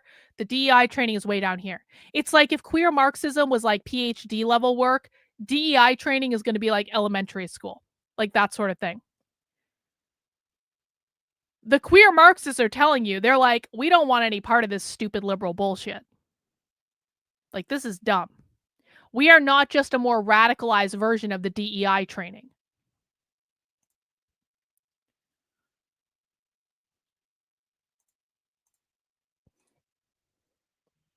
Will our anti-oppression work take the same tired forms of caucuses and guilt-ridden ally workshops? Will we simply be the extreme vanguard of the same useless identity politics regurgitated by liberal studies professors in every university in the land? Will we repeat the formulas that fail us over and over? Or can we imagine something else? To emphasize, the forces occupying our lives are at the same time all-pervasive and minute, terrible and yet invisible, a totality and a multiplicity. The monster that is destroying the world is the very same monster that makes us hate our bodies, that enslaves us to gender, that ravages our desires. To refuse this society will require new weapons. Let's begin with human strike. All else has yet to be developed. What is our purpose? The answer to this question prefigures and determines all the rest. Do we want a nicer, friendlier, more diverse, inclusive, radical, hyper-mediated, less fucked up version of this society? Or do we want to watch it burn? Are we interested in progress? Or are we interested in rupture? Will we settle for all this but a little different? Or are we insatiable? If you desire a queer capitalism, please stay home. If you want to destroy capitalism, we'll see you in Denver. Bro. They could not be more explicit that they're not liberals, they're not progressives, they don't want any of this stuff. They do not support pride, they do not support rainbow capitalism. If you just want to go to a fucking pride parade, you are not welcome at their events. Like, they are so clear. What is our purpose? The answer to this question prefigures and determines all the rest. Do we want a nicer, friendlier, more diverse, inclusive, radical, hyper-mediated, less fucked up version of society? Or do we want to watch it burn? Are we interested in progress? Or are we interested in rupture? That's their middle finger to the progressives, by the way. Are we interested in progress? Or are we interested in rupture? They're saying they're not interested in progress. We will settle for all this, but will we settle for all this, what we currently have, but a little different? Or are we insatiable? If you desire a queer capitalism, please stay home. If you want to destroy capitalism, come to our event in Denver. And now we get into the section on pink and black attack, which I told you that earlier pink and black are Bashback colors. They're not Antifa colors. Let's start.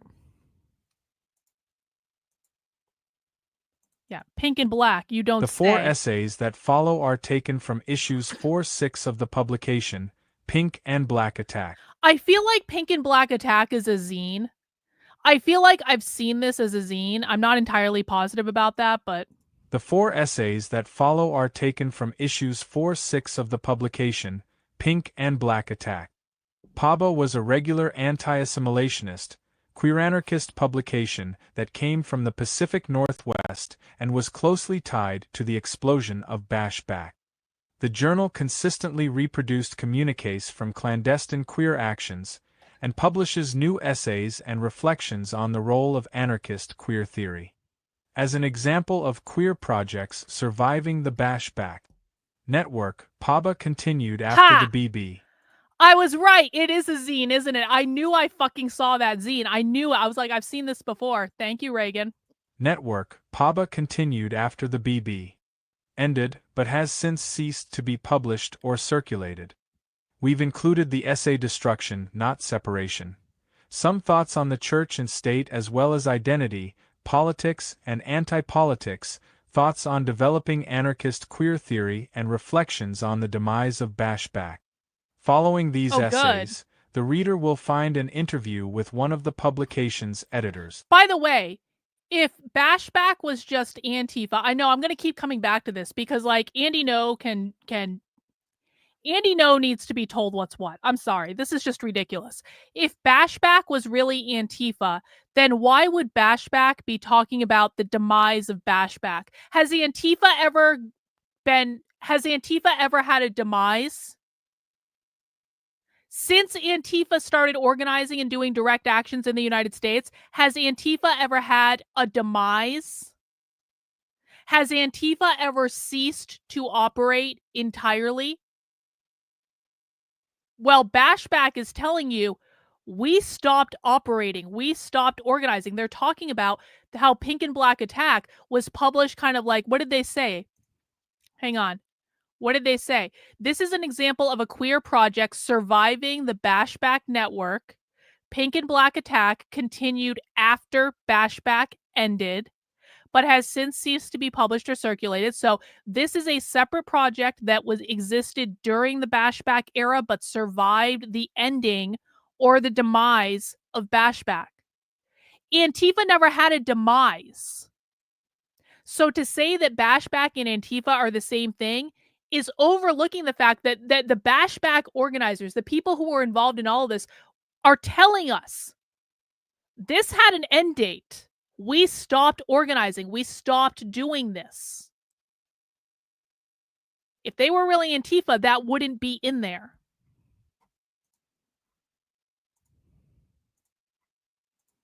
Destruction, Not Separation. Some Thoughts on the Church and State. From Pink and Black Attack 4. Same-sex marriage debate, for the political mainstream, has essentially split into two camps. The right, which is against it, and the left, which is for it. These, of course, only represent the mainstream discourse and marginalize other positions. Anarchists and other radicals, for example, have been historically opposed to the institution of marriage in general, and more recently have specifically come out against same-sex marriage because of its assimilationist nature. Oh. Another position that has been gaining popularity in recent years is a libertarian argument that the state has no business in the institution of marriage, and that marriage should be stripped of legal status and instead be simply a matter for churches. At first glance, this argument seems to fit with the anarchist critique. It essentially promotes a non-state solution to the question of marriage, taking government and state regulation out of the equation. However, this is a false alternative precisely because it is a non-state solution. What is needed is an anti-state solution. There are two main parts to the libertarian argument, an economic side and a social side. The economic argument asserts that the tax breaks and other financial benefits to marriage amount. As anarchists, we are not simply concerned with the abolition of government, but also with the abolition of all hierarchy and domination. Making marriage simply a religious commitment does nothing to address the patriarchal nature of marriage, nor does it attack the widespread heterosexism that finds a base of support in the church. If we want the abolition of hierarchy and authority, the destruction of oppression and domination, then— Oh, no. Oh, no. Not in any way. Not in any way, Scabs. Scabs says, I thought classical liberals were the same as libertarians. Sorry to derail, but I need to be educated on that. No. Classical liberals are absolutely not the same as libertarians. Classical liberals fight with libertarians all the time. Libertarians, okay, in my heart of hearts, I know I joke sometimes that I'm a fascist because I do. If push came to shove, I would do some fascist things. But in my heart of hearts, I am an anarcho-capitalist. All right, I am an extreme right libertarian. If you looked at me on the political compass, I would be down in the extreme right libertarian section of the political compass because I'm very far right and I'm very libertarian when in my dream society. Libertarians are extremely on the right in terms of no government, or as little tiny government as possible, and all about private property ownership. So libertarians believe in fundamentally private property ownership. The individual is the smallest form of private property, all that stuff. Classical liberals are not on the right. Classical liberals are on the left. And so, no, they're two different, they're way different things. If we want the abolition of hierarchy and authority, the destruction of oppression and domination, then our targets must include all institutions that support, promote, or rely on these things. A stronger separation of church and state does nothing for this, and thus the non-state solution for same-sex marriage is useless at best. It only solves the political question of rights, of proper government, and of equal protection. These are of little interest to those of us who seek queer liberation. We do not appeal to government as its subjects, seeking the equality that it has long promised but never delivered. We do not seek to adjust the role of government in our lives to a proper level. We do not seek to make marriage a strictly religious institution. These are all political solutions to the political question of same-sex marriage. The modern marriage equality movement has its roots in the queer liberation movement of the 1960s. This movement was a response to the struggle. This is okay, so this is good. Okay, so this is going to give me their perspective on how. Okay, so if you've heard me talk about this before, what I generally say is queer evolved alongside the LGBT rights movement, like the gay rights movement. They evolved alongside them and they worked together an awful lot because in the 60s and the 70s in San Francisco, you had to take what you could get. Beggars couldn't be choosers, right? So you had normal gay people that literally just wanted to be able to live their lives. And then you had extreme radicalized far leftists who were also kind of probably fucking people of the same sex and all that stuff. So they had a lot of affinity towards each other because they all kind of were fighting at that time on the same team. They were fighting on a similar team in the 60s. They were fighting on a similar team in the 70s. they were starting to kind of like separate from each other a little bit, in that the normal gay people wanted to assimilate to normativity, whereas the queer people didn't want to assimilate, because queer is fundamentally an anti-assimilationist ideology. So the normal gay rights activist people wanted to assimilate. They wanted the right to get married. They wanted just to be normal people, all that stuff. Whereas the queer anarchists didn't want to assimilate. So in the 80s, you kind of see them, they're still going alongside each other. They're starting to splinter a little bit, but more or less they're still kind of working together. And then in the 90s, they start to move apart from each other a little bit more, but still kind of working together on some stuff. And then some point in the 2000s, when the gay rights movement really doubled down on, we want gay marriage, we want gay marriage, we want gay marriage, the queer movement said, nope, we don't want gay marriage. Gay marriage is assimilationist. We don't want that. And that's where you saw the splinter between the radical queer activists and just the gay people who just wanted to get married. And I'm hoping in this, they're going to kind of explain their perspective on that. And what I think they're going to say is, like, we kind of were on the same team for a while, but then you fuckers went after gay marriage and we didn't approve of that. This movement was a response. The modern marriage equality movement has its roots in the queer liberation movement of the 1960s. This movement was a response to the structural heterosexism that continues to function as a pillar of American society.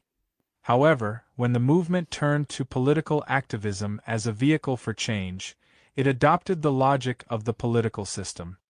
The political system has definite rules and structures that limit both the ways in which demands are framed and the solutions to these demands. These demands, because they have to adhere to an abstracted system of rules, become abstracted because they must be defined in the terms of the political system. Thus, same-sex marriage becomes a political demand, necessitating a political solution. These political solutions must also adhere to the rules of to a subsidy for those who marry. Essentially, those of us who do not marry are paying for those who do. The social argument claims that government should not have any say in who marries who, as consenting adults should be allowed to enter into a marriage without state intervention. Both of these arguments are persuasive, but the problem is not in the arguments themselves. Rather, the problem lies in the assumptions that they rest upon, and by extension the issues they do not address. Hang on. Break. Reagan found the original website for Pink and Black Attack, apparently. I don't know if this is, so this was, oh, this is inside the zine. No, this was inside the Pink and Black Attack zine, and maybe not the original website for the Pink and Black Attack zine, but this was inside the zine. I just want to look, oh, it's a link from within the zine, okay. See, this is the type of stuff we need to find. Is there a lot of stuff about Antifa on this website?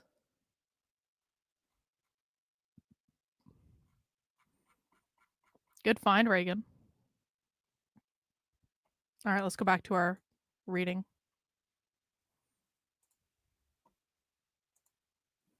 Rather, the problem lies in the assumptions that they rest upon, and by extension the issues they do not address. Perhaps the biggest difference between an anarchist and a libertarian perspective is the role of the state. As mentioned above, the contrast is between anti-statism and non-statism. The difference may appear to be simply a matter of terminology, but this is not the case. Rather, the divide between the two positions is stark, because the entire libertarian argument is based on a critique of government intervention into people's private lives, rather than a critique of government itself. The libertarian economic argument, for instance, implicitly asserts that equal protection under law is a virtue that is currently not being achieved, because of the subsidies available to those who choose to marry. Similarly, the libertarian social argument rests on the assumption that government should not determine who can and cannot marry, as that is an intrusion on people's liberty. What both of these arguments do not address is the idea that government itself is the problem. Instead, the problem is framed as a matter of too much government, as if a mere reduction in government meddling is enough to solve the problem of same-sex marriage. Furthermore, an argument that is premised on finding an appropriate role for the state in our lives carries with it an acceptance of whatever this appropriate role may be as subjects of the state. That is, if we are to petition for a better government, we are arguing as citizens, as people with a stake in governed society. Another failing of the libertarian perspective is that it fails to critique civil society and all of its connections to the system, meaning that it cannot subvert the political process. The political system and political process thus preclude solutions outside of its rules and limit. The libertarian solution to the demand of same-sex marriage falls within these limits, and does nothing to challenge them. It does not issue a challenge to the political system or the larger social system. It solves the demand without the state, but only in a way that leaves the political process untouched. To move towards an anti-state solution, we must first argue for a new understanding of the question of same-sex marriage. As noted above, the momentum that has manifested itself in political activism for marriage equality has its roots in a struggle for liberation. This struggle, through its politicization, was reduced to a series of demands on the state. We must reject and fight against the politicization of struggle, the transformation of our lives into a political question. Fuck the church, fuck the state, identity, politics, and anti-politics. A critical perspective.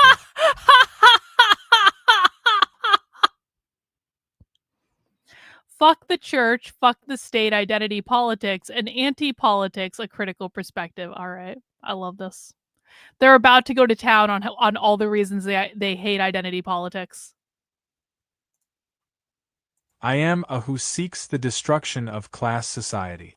That blank can be filled with a variety of words, from worker to queer to individual to mixed race person to anarchist.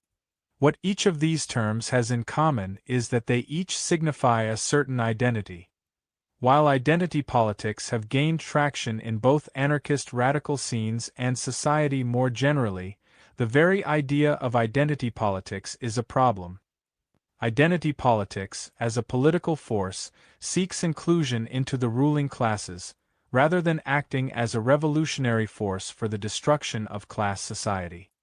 However, this does not mean we should dismiss identity or identity-based organizing and action. The institutions that create and enforce class society rely on identities in their strategy of control, by attacking some identities and not others, or by pitting various identities against each other to compete for access to the privilege of acceptance by the dominant classes. In their use of repression based on identities, those in power also create affinity among the dominated. Let this be made clear. I do not contend that every person who identifies with or is identified by a particular social identity has a common experience. Similarly, I do not argue that these identities are anything other than socially constructed. However, I do argue that people who share an identity can find I do not argue that these identities are anything other than socially constructed. They believe all identities are socially constructed by capitalism. Therefore, all identities are made up. Therefore, all identities don't really exist. And their job is waking up people to the idea that all identities are socially constructed, and therefore they can eliminate all identities. However, I do argue that people who share an identity can find stronger affinity with others who share that identity. This is due to the ways that capitalism and the state enforce identity. While these identities are socially constructed, this does not lessen their importance or their reality. So they're saying, we know that capitalism and the state socially constructed these identities. We know that they're the enforcers of these identities, but most of you grew up believing that this identity was a real thing, and therefore you can probably identify with people who agree with you and have the same perspective. But we're also saying at the same time, we're acknowledging all these identities are made up, but you can still maybe connect with people over this stuff just because that's our experience in the world. While these identities are socially constructed, this does not lessen their importance or their reality. Indeed, it is critical in the struggle for total liberation to understand the ways identities are constructed to subjugate people. The academics have been speaking for years of the other as the most abstract identity, defined in opposition to the dominant forces. While this abstraction works in the most general comparisons of various identities, it is in the specificities of distinct identities that affinities are built. A discussion of every socially enforced identity would be impossible. Instead, I will focus on an analysis of queer identity. Specifically, I will attempt to articulate an anti-assimilationist and anarchist communist perspective on queer identity, with implications for other identities as well. This is a perspective critical of identity politics as well as a false unity under any one identity. It is critical of assimilationist politics and practice, and perhaps most importantly, it is explicitly anti-state and anti-capitalist. Social construction action and social act. To understand identity in the context of the present social order, one must understand the concept of social construction. This Ooh. concept, in short, refers to the ways in which social institutions establish, regulate, and enforce various identities. One especially telling example is the way in which those labeled insane are then forced into institutions which serve only to reaffirm a supposed insanity. Homosexuality was once considered a mental disorder, after all. The term, socially constructed, carries an unfortunate connotation, however. It is assumed that if an identity is socially constructed, then it differs in some way from a more authentic, natural identity. This assumption resembles religious dogma in that we are asked to accept an unchanging human nature as defined by someone else. In reality, to say identity is a social construction means that identities are defined and enforced by social institutions such as governments and businesses. Thus, identity becomes social fact in the sense that it materially affects people. From queer bashing to abortion bans, certain identities carry with them material disadvantages. From property rights to Jim Crow, certain identities carry with them material advantages. These identities are socially constructed, and thus become social facts. These inequalities are not expressions of some pre-existing natural order. Instead, the cause of these material inequalities can be traced to the socio-economic context in which they existed.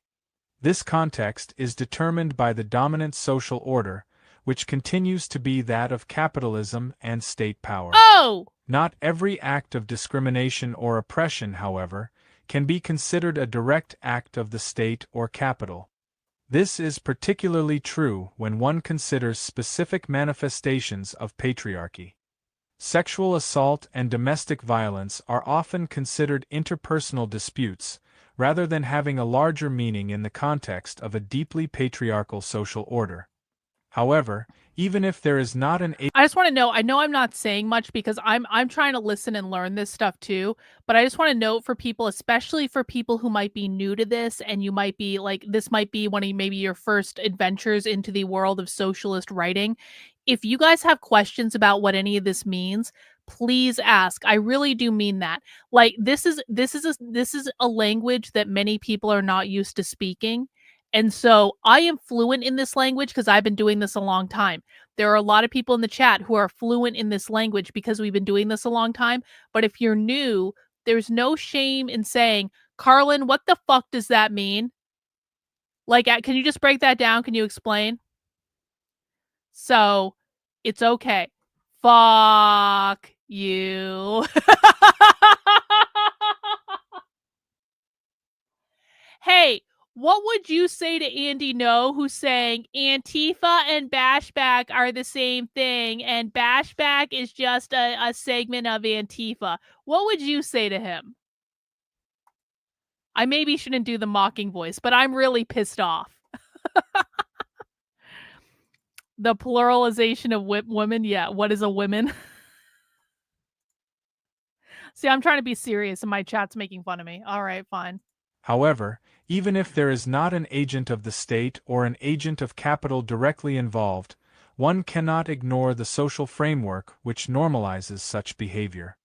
One must only consider the fact that the institution of marriage was originally a property relationship, and even until recent decades rape was acceptable, as long as it was in the context of marriage.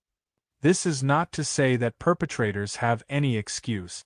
They still enforce the social system of patriarchy, despite not acting in an official capacity on behalf of the state or capital.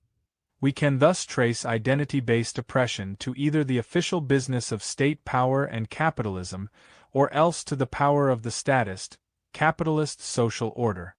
The distinction, however, becomes academic. The problem clearly lies in this society, in the social order and the institutions that create, maintain, and enforce it. Much as identity... I tried telling him Bashback isn't Antifa and he didn't listen. He's like, Karlyn, they use the same symbology. I'm like, Andy, the pink triangle came from the ACT UP movement in the 80s, and it was a throwback to the World War II. Karlyn, Antifa constituted in 2000s. Yeah, well, the ACT UP movement was in the 80s, and Bashback came out of the ACT UP movement. See, we all know. Yeah, he missed the rant.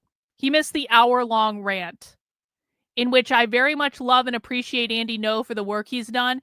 But, like, I tried telling him this, and he said they were the same thing, and I was like, no, they're not. No. Oh, well. Oh, well. Oh, well. Much as identity is social, so is the oppression around it. It is a result of human interactions, not any sort of higher power.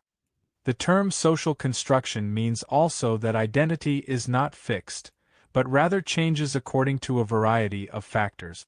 Particularly, there exists a tension between those who benefit from inequality and those who are oppressed by inequality.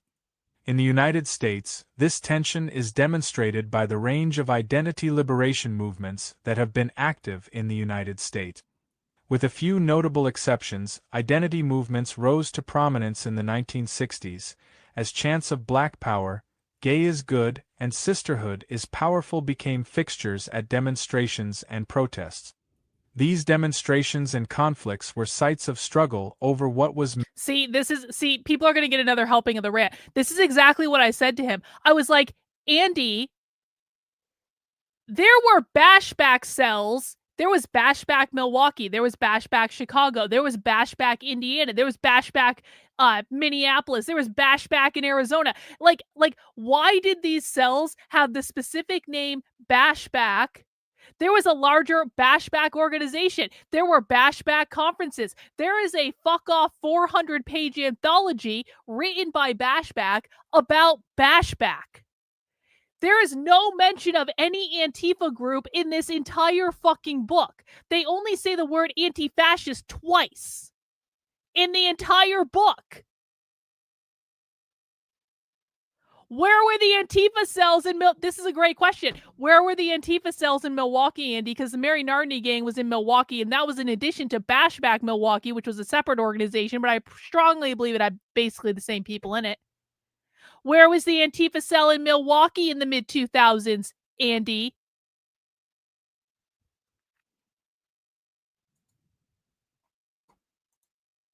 These demonstrations and conflicts were sites of struggle over what was meant when the terms black, gay, or woman were used. To be assigned any of these terms meant that one was not fully human, that there was a defect that nobody could correct. The Black Power, queer liberation, and women's liberation movements contested the idea that people were to be defined by these identities and thus undeserving of equality. These contestations meant that not only could political inequality be challenged, but also the very definitions of identity. In other words, people began to actively and consciously construct their identities and explore identity in relationship to the larger social structure. The initial exploration of identity proved useful, providing a greater understanding of the ways in which domination and its specific manifestations are. connected to the state and capitalism. The 1960s were also years of resistance and uprising more generally. These events did not happen separately. Instead, they were a part of a larger discontent with society as a whole. However, much as the energy of the 1960s was dissipated into the traditional, rigid forms of activism and managed dissent, so was the revolutionary potential of exploring identity. Over time, these movements have left us with organizations such as the National Association for the Advancement of Colored People, Human Rights Campaign, and National Organization for Women as the self-proclaimed leaders in the struggle for equality under the law. However, what is interesting to note is that these organizations serve as explicitly political organizations, seeking political equality through political processes. These groups can thus be understood to engage in identity politics, and anti-identity politics. Given the political effect... Hang on. So it's saying this identity politics gave us the NAACP, it gave us the Human Rights Campaign. They hate the Human Rights Campaign, by the way. The Human Rights Campaign was the liberal organization that was pushing for gay marriage. The National Organization for Women, we've heard them talk about how much they hate feminism, and they think that feminism created the identity of women and solidified it, where they don't believe the identity of women exists. They're saying, this is what identity politics got us. It got us the NAACP, the Human Rights Campaign, and the National Organization for Women. These groups can be understood to engage in identity politics. Now they're getting into identity politics and anti-identity politics. Given the political effectiveness of these organizations, their model has been emulated by others seeking to reform the current socio-economic order. This has led to identity politics becoming a central part of the contemporary United States political order. This is especially true in the liberal reformist movement, where organizations such as the NAACP, HRC, and NOW are prominent. With their successes in political reform, they have become embedded in the dominant political discourse. It is here that we encounter one of the main problems of identity politics. The groups which sought to challenge identity-based oppression have instead merely entered into a partnership with those who benefit from oppression. This partnership concerns the ability to define the political agenda for a certain identity. This is clearly demonstrated in the queer community by the HRC, with their push for hate crime laws, marriage, and military service. These demands show that the HRC has accepted the logic of and requested partnership in the government and the marketplace. Essentially, the HRC is fighting for assimilation into, rather than the destruction of, a system that creates and enforces the very oppression they are allegedly struggling against. Okay, so here is why they hate the Human Rights Campaign. The Human Rights Campaign is fighting for assimilation into, these are anti-assimilationists, remember, they're fighting for assimilation into rather than the destruction of a system that creates and enforces the very oppression they are allegedly struggling against. So they're saying, you are trying to get us to assimilate to capitalism, while claiming to fight against oppression, but capitalism creates all oppression, so why are you trying to get us to assimilate into capitalism? However, even identity politics does not have unfettered power in the political mainstream. Even the appearance of altering power relations in this society is, to some, a threat. These reactionaries claim that identity politics seeks special rights for certain groups. This flawed logic rests on the idea that, since people are guaranteed equality under the Constitution, then the problem of legal inequality is non-existent. Even if one accepts the logic of the state, the discrepancy between legal political equality and social equality is telling.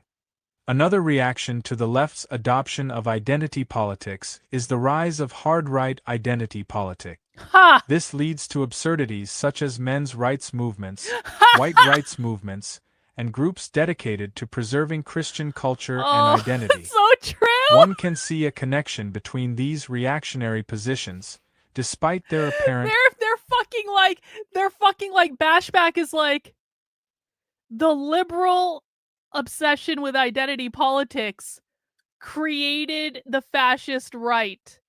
The liberal obsession with identity politics created the men's rights movement. It created the White Lives Matter movement. It created Nick Fuentes and the Groypers. It created all of these reactionary groups on the right that are all doing all of like their Christian nationalist identity stuff. They're saying that it's the Democrats and the liberals and the progressives that were engaging in this identity politics, assimilationist bullshit that created the backlash on the right wing. And they're actually not wrong about that. I think that's actually a really perceptive point on the part of the queer Marxists. That's funny, though. Each position represents a different tactic towards the same goal, maintaining a class-based society along with the homophobic, white supremacist, and patriarchal structures that uphold it. This stands in contrast to identity politics, which seeks to mildly reform class society and its institutions. In short, there today exists a tension between progressive identity politics and reactionary anti-identity politics. The failure of both rests in their reliance on the state and capitalism as basis for their vision of society. Both seek to better manage the present order. It is clear, there exists a subset of people in this society that benefit from the current social order. These people include queer people, people of color, women, and every other identity.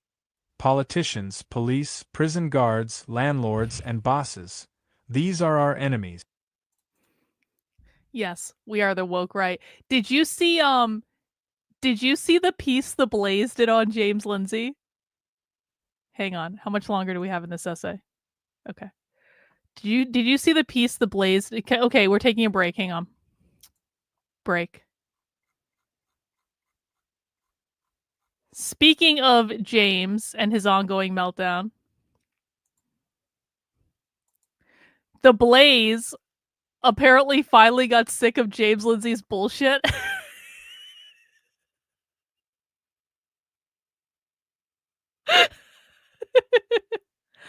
Woke right. Actually, you did see this. I know you mentioned in the group chat. Woke right smear weaponized by liberal interlopers against MAGA conservatives and populists. Well, it's not all paywalled. It's just partially paywalled. James is so mad about this. Let's take a look at let's just take a break from reading Queer Marxism to look at James Lindsay's Twitter feed. Let's just see what's going on in the land of James. Just for funsies. The main thing I've learned in this ordeal is that most conservatives don't care about the truth or goodness. It's very, very eye-opening and clarifying. Yeah. Yeah. This person said to James, "You think you're part of the in-group on the right? You've essentially been excommunicated." And James says, "Oh, I know I have. Learned a lot about that nasty little set too. Won't make that mistake again. Thanks for highlighting that it's real, bro. Thanks." James and his friends are so pissed off about this. He is also calling them progressives that pretend to be classical liberals, which I've been saying for months now. Yeah. Oh, look, Reagan. Look, this is the guy that blocked Reagan.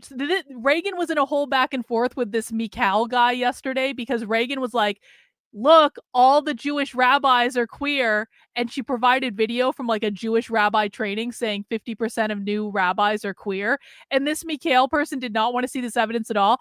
Look who's interacting with James now. And actually, he had James on his show. So he did like a whole 2-hour interview with James. He has like 300 followers on YouTube or something. So the woke right wants to be called the dissident right. They've always fucking been called the dissident right. Or at least the non-Groyper part of it does. Okay, dissident to what? Easy. To the American right, to America and its transition, to traditional biblical Christianity. James is an atheist. Oh, he went on Carrie's podcast too? Of course he did. Of course he did.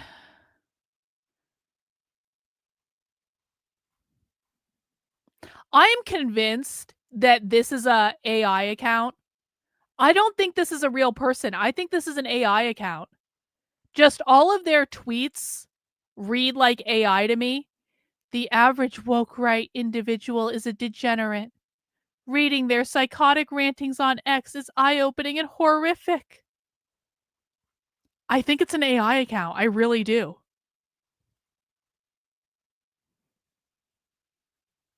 My philosophy is that reasonable faith, the handshake of careful reason to general revelation, and humble faith to special revelation, is the necessary antidote against idealism, occultism, and mysticism, which has always become tyrannical, except I just don't even know what the fuck he's talking about. Fake news alt media is James's reaction to the Blaze piece.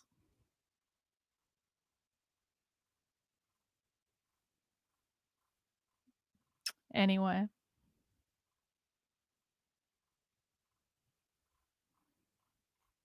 Fun times. All right, back to work. Back to work. No more goofing off. No more goofing off. Okay, we're reading now. We're reading. Politicians, police, prison guards, landlords, and bosses. These are our enemies. They come in all forms. It is equally clear that queer bashers, rapists, and racists are similarly enemies of liberation. While in some cases these are not people with access to... Yeah, don't disrespect Bigfoot. Bigfoot's name is Sasquatch. We had a Bigfoot expert. We also believe in Bigfoot, so I don't know what that makes us.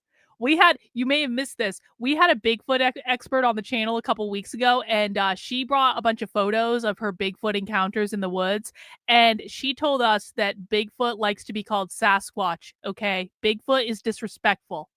We don't disrespect interdimensional beings on this channel. Don't be the woke right. The woke right are Bigfoot disrespecters. While in some cases these are not people with access to and backing of institutional power, the violence they inflict is no less real or important. Indeed, their tactics are taken directly from the state, and uphold systems of control even after the formal powers officially abandon them. Identity is meaningful in that it marginalizes us in different ways, and the affinity that comes from similar or shared experiences is powerful. However, it must always be remembered that such affinity is useless when it is integrated in a system of domination and control. Such affinity ought to be encouraged as it strengthens our bonds to one another and promotes conflict with the social order, be it bombing police cars or expelling rapists from one's community. Identity anti-politics. One mixed-race queer-s perspective. A specific sort of affinity is generated between people who are faced with similar oppression based on socially constructed identities. However, problems arise when this affinity is expanded to mean something else, such as an idea of racial unity or gender unity. Affinity cannot be reduced to mere identity. For example, simply because I am mixed race does not mean I have affinity with all people of color. While we are likely to share similar experiences, merely having such experiences does not constitute affinity. The question of what constitutes affinity is a large one, and well beyond the scope of this work. What is clear, however, is the problem of identity politics to those of us who seek total liberation. By working within the political arena, identity politicians work within accepted notions of power, change, and struggle. They become another lobby, another special interest that some politicians are beholden to while others rail against them. People that constitute these identities are lost in all of this, become a voting bloc to be traded around rather than people. This model fails us. Our lives are not... Hey, Trendlin, I think I'm about to make your year, and I want you to be really appreciative of me, and I want you to give me credit, and I want you to talk well about me in libertarian circles and all that stuff, and I want you to say I'm the best, and I want you to glorify my work on Twitter for the gift that I'm about to give you. I think that tomorrow, for happy hour, we are going to be watching the Whatever podcast. Because as much as it pains me to watch the Whatever podcast, I want to know what happened with Andrew Wilson in the debate with that liberal kid. And apparently it was a really long debate. And apparently Andrew Wilson said some scandalous things that he's now getting in trouble for, and I want to see what really happened.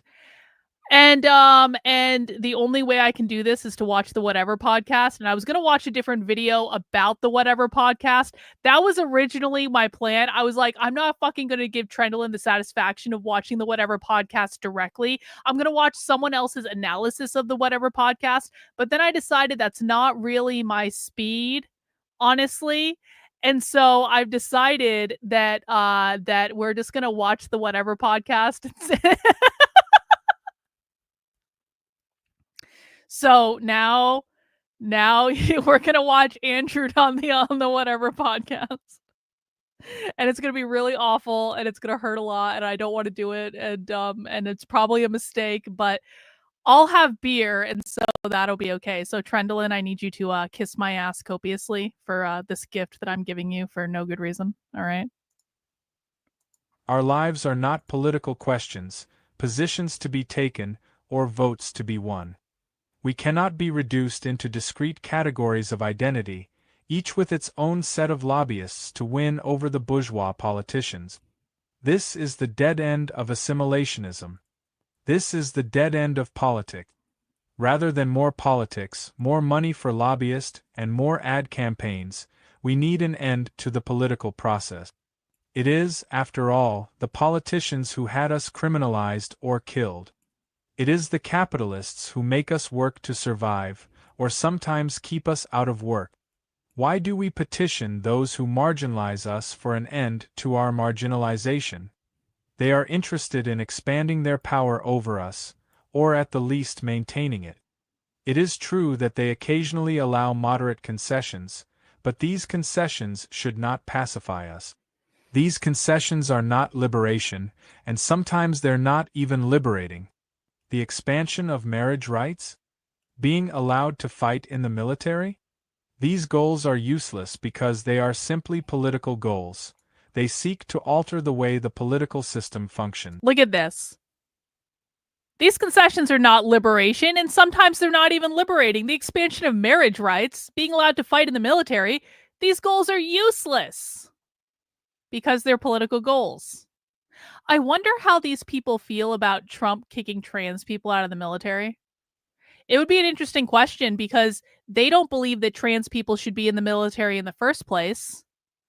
So would they really be that upset about Trump kicking trans people out of the military?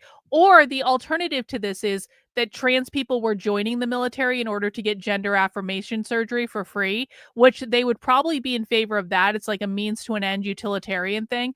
But I also these people, like, militarization is a very big deal for them. Like they were militantly against, like, this is like in response to, like, you know, don't ask, don't tell and stuff like that. And I don't know. I don't think that they would. I don't know. These goals are useless because they are simply political goals. They seek to alter the way the political system functions. The point is not to achieve equality by the political process. The point is to destroy the political process, and with it the apparatus that props up class society. This requires an anti-political outlook. Identity must be treated not as a political concept, but as a facet of our everyday lives. My experiences have convinced me that the current socio-economic order has to be destroyed. I find stronger affinity with other queer people because of my understanding of homophobia, but I will not vote for gay marriage. Oh! I find stronger affinity with other mixed-race people because of my understanding of racism, but I will not vote for harsher hate crime laws. It is clear that, because identities shape... They didn't want hate crime laws. Why didn't they want hate crime laws? Because hate crime laws are part of the prison industrial complex, and they wanted to destroy the prison industrial complex, so therefore they didn't want hate crime laws. Hate crime laws also uphold identity, and they want to abolish all identity. It is clear that, because identities shape our experiences, we cannot write off identity as unimportant. However, it is equally clear that we cannot afford to maintain the identities imposed upon us. Thus, an apparent contradiction arises between the necessity of recognizing socially constructed identity while simultaneously trying to destroy the class society that enforces those identities. This contradiction proves difficult, with a range of responses from a disregard for the destruction of class society to a disregard for identity, and many other arguments somewhere between these two positions. The problem is that there is no contradiction. Indeed, the former necessitates the latter. In order to destroy class society, an analysis of how it functions is critical. In short, we must know our enemy. However, it is important to avoid the pitfall of essentialism. It must always be understood that these identities are constructed by the larger socio-economic structure. The oppression that affects people with various identities is enforced by state power and the power of capital. Understanding this generates a premise for solidarity, as those marginalized find affinity within their communities with those who face similar struggles. Additionally, the understanding of connections between one's experience with identity and one's experience with the larger socio-economic order allows for a solidarity that goes beyond any specific identity. The importance of identity lies not in identity politics, but rather in the fact that identity is socially constructed by the dominant system in order to maintain capitalism and state power. In turn, the oppression that follows is an integral part of the social order as a whole, whether the violence is on an interpersonal, institutional, or structural level. Oppression also helps build affinity, through shared experiences or through shared struggle. Recognizing identity and identity-based oppression as social facts allows for stronger affinity, and the connections between one's experiences and the larger social order similarly allows for a solidarity between people who want to abolish the state, abolish capitalism, and abolish the domination that both maintain over our lives. This abolition requires not political negotiation, but anti-political organizing and action. Thoughts on developing anarchist queer theory. From Pink and Black Attack 5. In the past 2 decades, queer theory has developed as an academic pursuit and gained considerable acceptance within. I just want to remind everyone, we're reading an anthology that was published in 2011. The essays in this anthology were obviously published before then. I'm pretty sure the vast majority of this stuff was published originally in the mid 2000s. Okay, just so people have some sense of what time period we're dealing with, because it matters.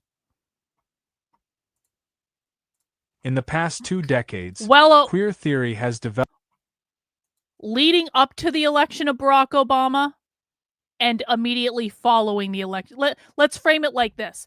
The documents that we're reading were in late George W. Bush, up to the election of Barack Obama, and shortly after he took office, although this was published while Barack Obama was in office. So Bashback was largely active during the first Obama administration. All right? So that's the time period we're talking about. In the past 2 decades, queer theory has developed as an academic pursuit and gained considerable acceptance within the realm of higher education. While some of the concepts from this branch of study have trickled into radical queer thought, it has remained primarily an academic pursuit. I believe that queer theory can be useful, but it must be expanded to be accessible to those outside of academia. Furthermore, problematic tendencies within queer theory should be addressed, and it is my contention that the development of an explicitly anarchist queer theory would be beneficial. In this essay, I hope to lay out a basic explanation of queer theory, a critique of the current state of queer theory, and to propose a basic framework for developing anarchist queer theory. Ultimately, I seek to open up a discussion within the queer anarchist community on building anarchist queer theory. Far from being the last word on the subject, I hope that this piece instead generates discussion and further writing and conversations. Queer Day. Queer What theory the is one fuck? of the latest currents of Wait, what? What was that sound? Queer Day. I feel like the AI just became Latinx for no good reason. That's funny. All right, continuing. Queer Day. Queer theory is one of the latest currents of critical theory to gain widespread academic acceptance. It developed out of the field of gay and lesbian studies, itself a product of the period that saw the birth of interdisciplinary studies programs such as women's studies and ethnic studies. However, queer theory takes a radically different approach to identity than other theories about identity. Unlike most other identity-based studies, and even in contrast to some queer studies, queer theory specifically seeks to question the idea of identity itself.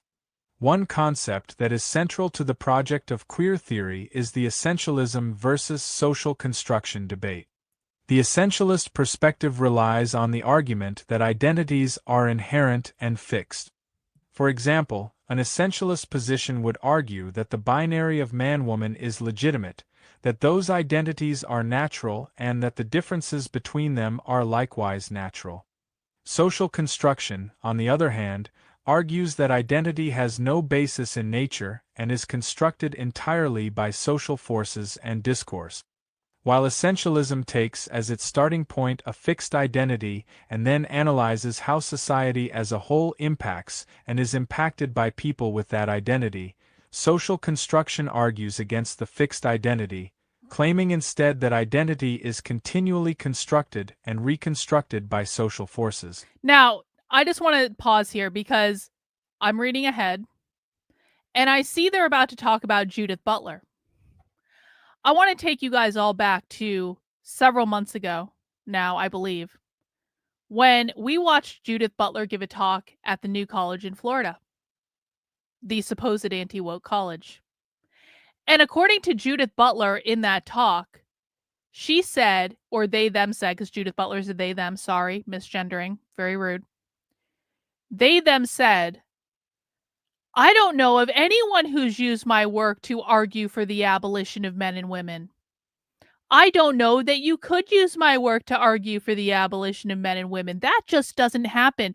You anti-gender people, you're making that up. No one in the history of queer has ever used my work to argue that the genders don't exist. That has never happened. That is almost like, that wasn't exactly what Judith Butler said, obviously, but that was literally the basic gist of what Judith Butler said. And I just want to point this out because we are now reading a document which explicitly talks about Judith Butler's work within the context of a series of essays literally arguing for the abolition of all identity, not just gender, all identity categories. That is what these people believe. And so, I'm going to say this too.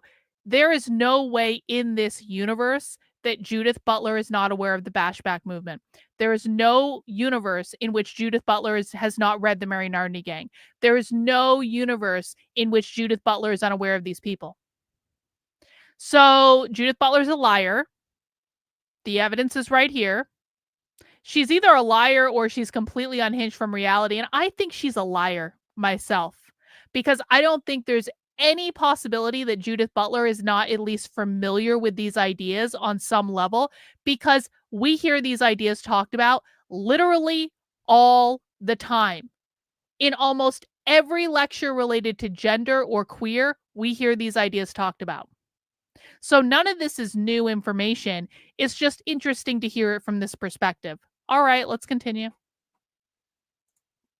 While essentialism takes as its starting point a fixed identity, no, moving on, read. Perhaps the best-known queer theorist is Judith Butler, a professor at Berkeley. Her book Gender Trouble has achieved some degree of success unusual for an academic text. Due to the popularity of her work, Butler is a large influence on queer theory. One of her Oh. major contributions is the idea of gender performativity. For Butler, gender is a collective fiction that consists of the aggregated performances of individuals. People act according to this fiction to perform their gender. Individuals are punished for acting contrary to this fiction, either by law or by social norms. Butler also counters the traditional understanding of sex as biological And I'm going to say this too. I'm pretty sure that Judith Butler was involved, like directly, in some of the early queer subcultures, like in San Francisco and stuff like that. So again, it's like, not only does Judith Butler know that her work is being used like this, Judith Butler, I'm almost positive, was around at the inception of these ideas within the weird queer subcultures that she was probably involved in. Butler also And the same is true with Halperin, by the way. I'm pretty sure Halperin was also involved in this stuff. Foucault undoubtedly was involved in this crazy shit. Butler also counters the traditional understanding of sex as biological and gender as social by arguing that outside of gender, sex has no meaning and is thus equally socially constructed. Queer theory can thus be seen as a deconstruction of identity itself, specifically in the case of sex and gender, but with broader implications. However, these broader implications are often lost because of the degree to which queer theory is an academic pursuit, with all the disadvantages that come with this status. Notably, the language used by many theorists is very inaccessible, and the works themselves are difficult to find. Queer theory also tends towards elitism, precisely because there is little chance to study or theorize outside specific academic contexts. I do not believe that we ought to discard queer theory, however. Instead, I hope to see queer theory break out of the academy with its lessons and debates becoming a part of general discourse. Anarchism. Queer theory brings a critical approach to questions of gender and sexuality, as well as identity in a broader sense. However, as theory it is not explicitly anarchist. Given that my aim is to offer a framework for anarchist queer theory, I wish to make clear the operating principles of anarchism that I will be basing my framework on. What follows is not a final definition of anarchism, nor is it an attempt at one. Instead, I will give a basic explanation of anarchism in order to provide a basis for the rest of this essay. Anarchism aims for the abolition of hierarchy and authority, placing anarchists against the state, against capitalism, and against social oppression. I just want to remind people that when they say anarchism in this document, they mean anarcho-communism. They only mean anarcho-communism. There's another form of anarchy called anarcho-capitalism that does believe in private property ownership, and that is not what they're talking about. While all three systems act in different ways, queer theory is relevant to anarchist critique of each. State power, for example, regulates and criminalizes various identities. Capitalism represents a force that, by its nature, seeks to commodify human relationships and identities. Capital also plays a central role in the ideology of the family, which has become central to mainstream political debate. Oh yeah? Social oppression is abundant, with extra-legal violence against queer people common, as well as discrimination and general intolerance. This is admittedly a very basic description of anarchism, and in no way represents the breadth or depth of anarchist analysis. However, a more detailed explanation would require venturing into debates that are well beyond the scope of this essay. Resources are widely available for those desiring more information about anarchist thought and anarchist theory. Identity and identity politics. Queer theory, as mentioned above, is critical of traditional notions of identity and seeks to deconstruct the processes by which identity is constructed. The conflict of anti-assimilationist queer thought against assimilationist LGBT politics is a shining example of the relevance of queer theory. Assimilationism, in a queer context, is represented by the campaigns of mainstream, reformist organizations. Issues such as gay marriage, don't ask, don't This is tell, beautiful. and This is hate great. crime laws are at the top of the LGBT agenda, according to groups such as the Human Rights Campaign, National Gay and Lesbian Task Force, and Marriage Equality USA. This, along with cultural assimilation in the form of corporate-sponsored pride parades, demonstrates a commitment to embracing the statist logic of citizenship and rights, as well as the capitalist commodification of culture. This is why I think we're about to see a lot of violence at pride events. Because they believe that pride events are assimilationist culture that are grounded in capitalism. And so I think we're about to see violence at pride events all throughout the month of June, because not only are they going to be trying to, instigate against the Trump administration and all that, they also just don't like pride events. They don't like them. They don't want them to exist. They think that pride events are assimilationist.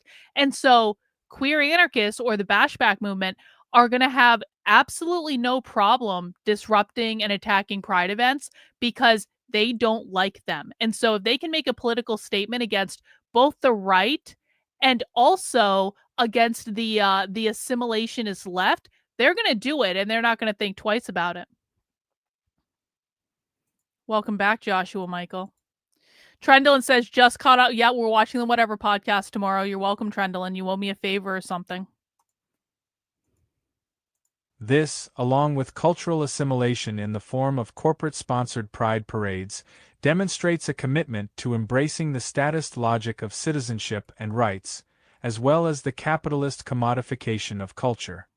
Assimilationism, then, seeks integration into capitalism and state power in exchange for being loyal subjects. There it is. The LGBT movement is thus, on the whole, an assimilationist effort. Oh! The anti-assimilationist critique of the LGBT movement begins...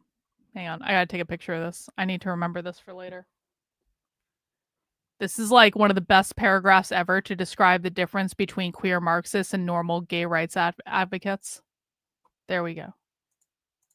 The anti-assimilationist critique of the LGBT movement begins with the difference in terminology. The term LGBT is fundamentally about establishing a fixed identity for representational purposes. Oh, holy shit! This is evident even in its historical progression, from lesbian and gay, to adding bisexuality, and finally to adding trans to the acronym. Each of these additions was met with resistance by the gay establishment, demonstrating the exclusionary nature of the term. Queer, on the other hand, is a purposefully ambiguous term that was reclaimed as a positive description instead of the slur that it used to be. As indicated by the terminology, the LGBT movement seeks to construct a coalition of defined identities in order to participate fully in the political process. This requires identities whose definition can be counted on to remain stable, in order to give rights or take them away. Queer theory consciously rejects the idea of fixed identities, with queer itself being a term that deliberately provides no stable identity. Thus, queer liberation has little to do with the LGBT movement's goal of assimilation and their narrow identity politic. Tov ARDS anarchist QRDE. Queer theory, as an academic pursuit, has followed a different trajectory than other academic studies based on identity in that queer theory developed in the academy, rather than developing out of mass struggle. Because of this, queer theory has largely remained in the academy instead of spreading into the general population. However, the confinement of queer theory to the ivory tower is not total. Indeed, within anarchist circles certain concepts have become fairly popular. The prime example of this is the notion of genderqueer and the larger critique of the gender binary. Oh! Drawing from Butler's theory of performativity, being genderqueer indicates a refusal of the traditional male-female dichotomy, as gender is constructed according to one's individual desire. However, there are also aspects of queer theory that deserve a critical examination and lead to further questions.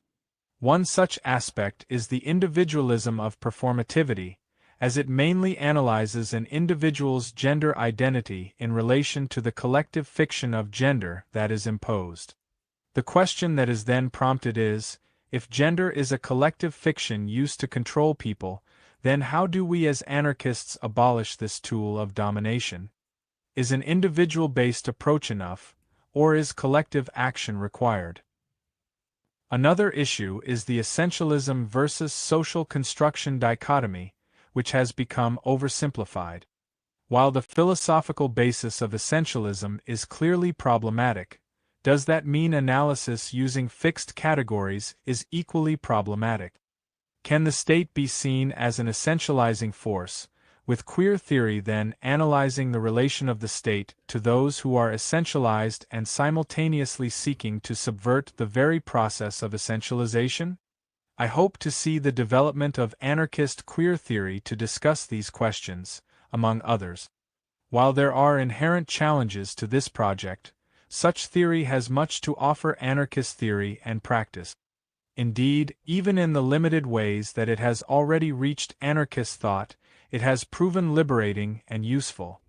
I hope that this essay serves as a starting point for further discussion and debate around the topic. All right, what do we have next? How long is this? I do want to read this. How long is this though?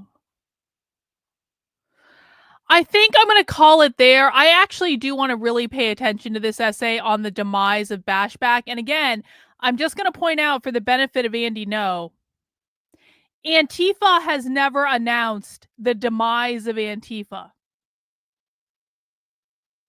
Bashback, which is a different organization than Antifa, not only wrote an entire 400-page anthology documenting everything they did without mentioning Antifa at all, they also offered an entire essay reflecting on why Bashback ultimately stopped operating and stopped organizing, whereas Antifa never, to the best of my knowledge, maybe Andy No has evidence. Listen, man, I am always and perpetually open to evidence that will prove me wrong. I question and challenge my confirmation bias all the time.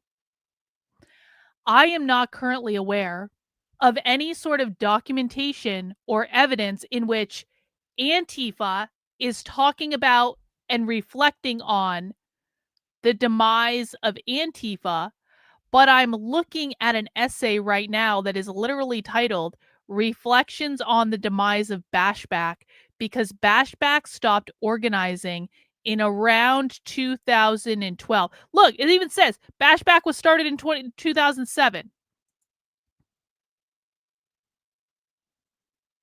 One of the main themes of the 2010 Bashback conservance was the assertion so Bashback literally held an entire fucking event in which they talked about they were no longer going to organize as Bashback. And then after that, they published their anthology documenting what they did.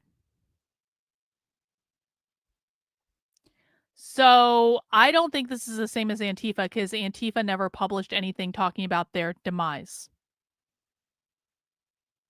I don't know. Maybe I'm being crazy. Anyway, guys, I'm about Bashbacked out. I can't pay attention to anything more today. I'm done. My brain is flitting away. I had a good long rant earlier and I'm tired. And if you want to support the work I'm doing and find the new Bashback manifesto, which isn't like terribly, like it's several months old, but we just found it. Please head over to the Substack. That is Karlyn, KARLYN.substack.com.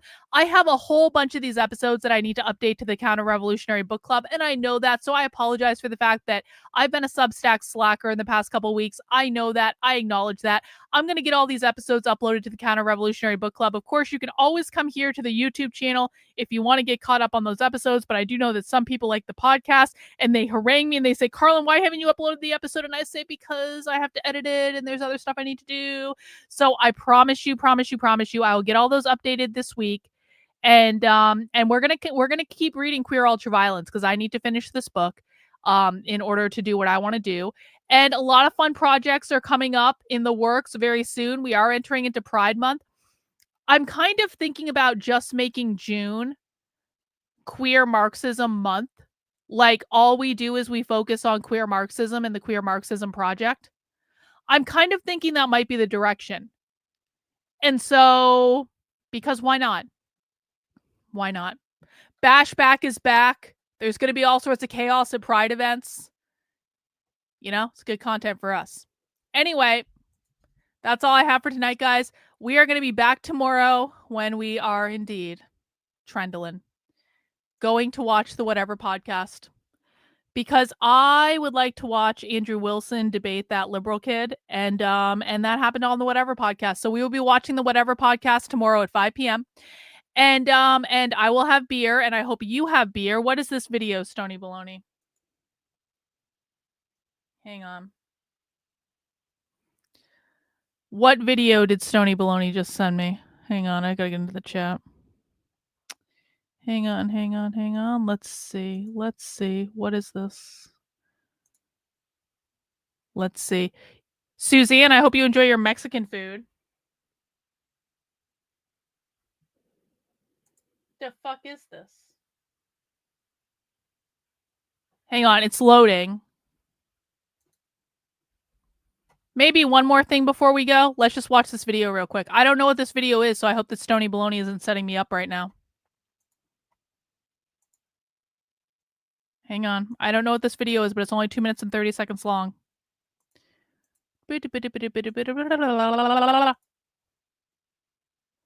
Bashback, gay anti-Christian terrorists. Ooh, published 16 years ago. Oh, I know what this is about. The Mount Hope Church. I know all about the Mount Hope Church incident. Okay, let's watch this video real quick.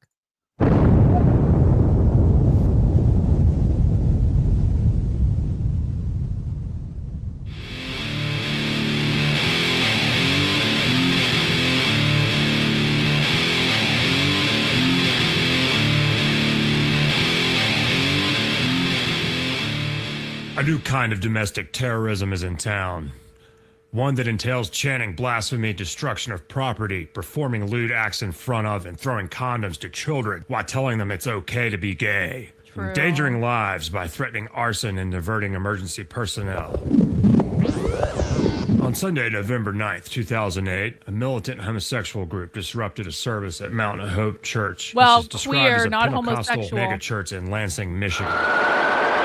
Distracting the church's security guards, several of the demonstrators stood up and shouted. I just want to point out, they're doing this to be outlandish and to piss off the Christians. They're not actually Satanists, okay? They're not actually Satanists. They're trolling the Christians. It's okay to be gay, and Jesus was a homo. 30 members dressed in pink and black terrorist garb stormed into the sanctuary. Their antics included unfurling a rainbow flag from the balcony, setting off a fire alarm, throwing flyers and condoms at the congregation. Two lesbians stormed the pulpit and put on a lewd display in front of the families and their children. Security also discovered the members of the group were performing sex acts in the restroom. The church was vandalized, obscenities were shouted, and worshipers were confronted.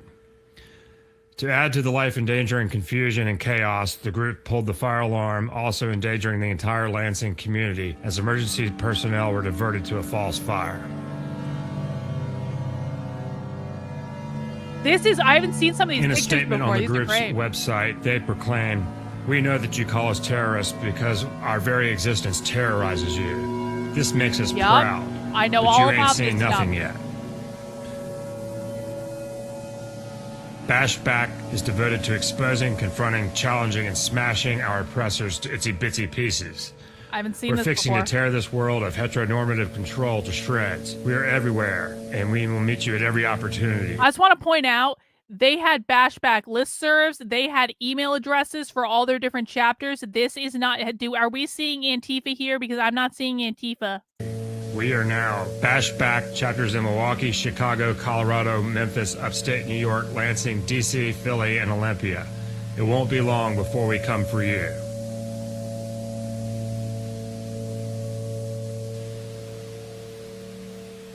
such a conservative take. That it? I knew about that incident, but I hadn't seen some of those pictures, and so that's great. Awesome. Awesome. All right, we are right, and Andy No is wrong, and Andy No eventually will be forced to admit that he's wrong, and he can sit in his wrongness and be wrong, because that's not fucking Antifa, okay? It's not. Sorry, Andy, you are wrong.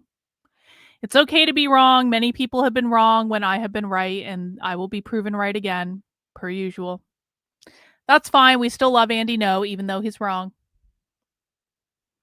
Anyway, I'm going to go now, and we're going to watch the Whatever podcast tomorrow, and I'm going to drink beer, and it's going to be awesome. And so I will see you.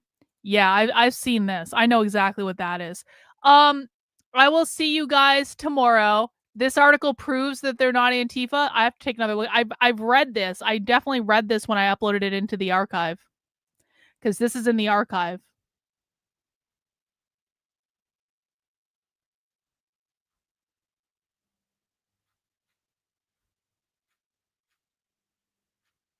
I'll take another look at that article. I'm not going to read it on stream right now. Hey, you guys want to hear the Queer as in Fuck You song as an outro? Let's do a different outro today, shall we?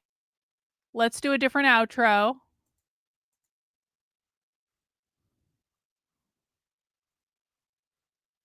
Here you go. Enjoy. We'll see you tomorrow. Bye.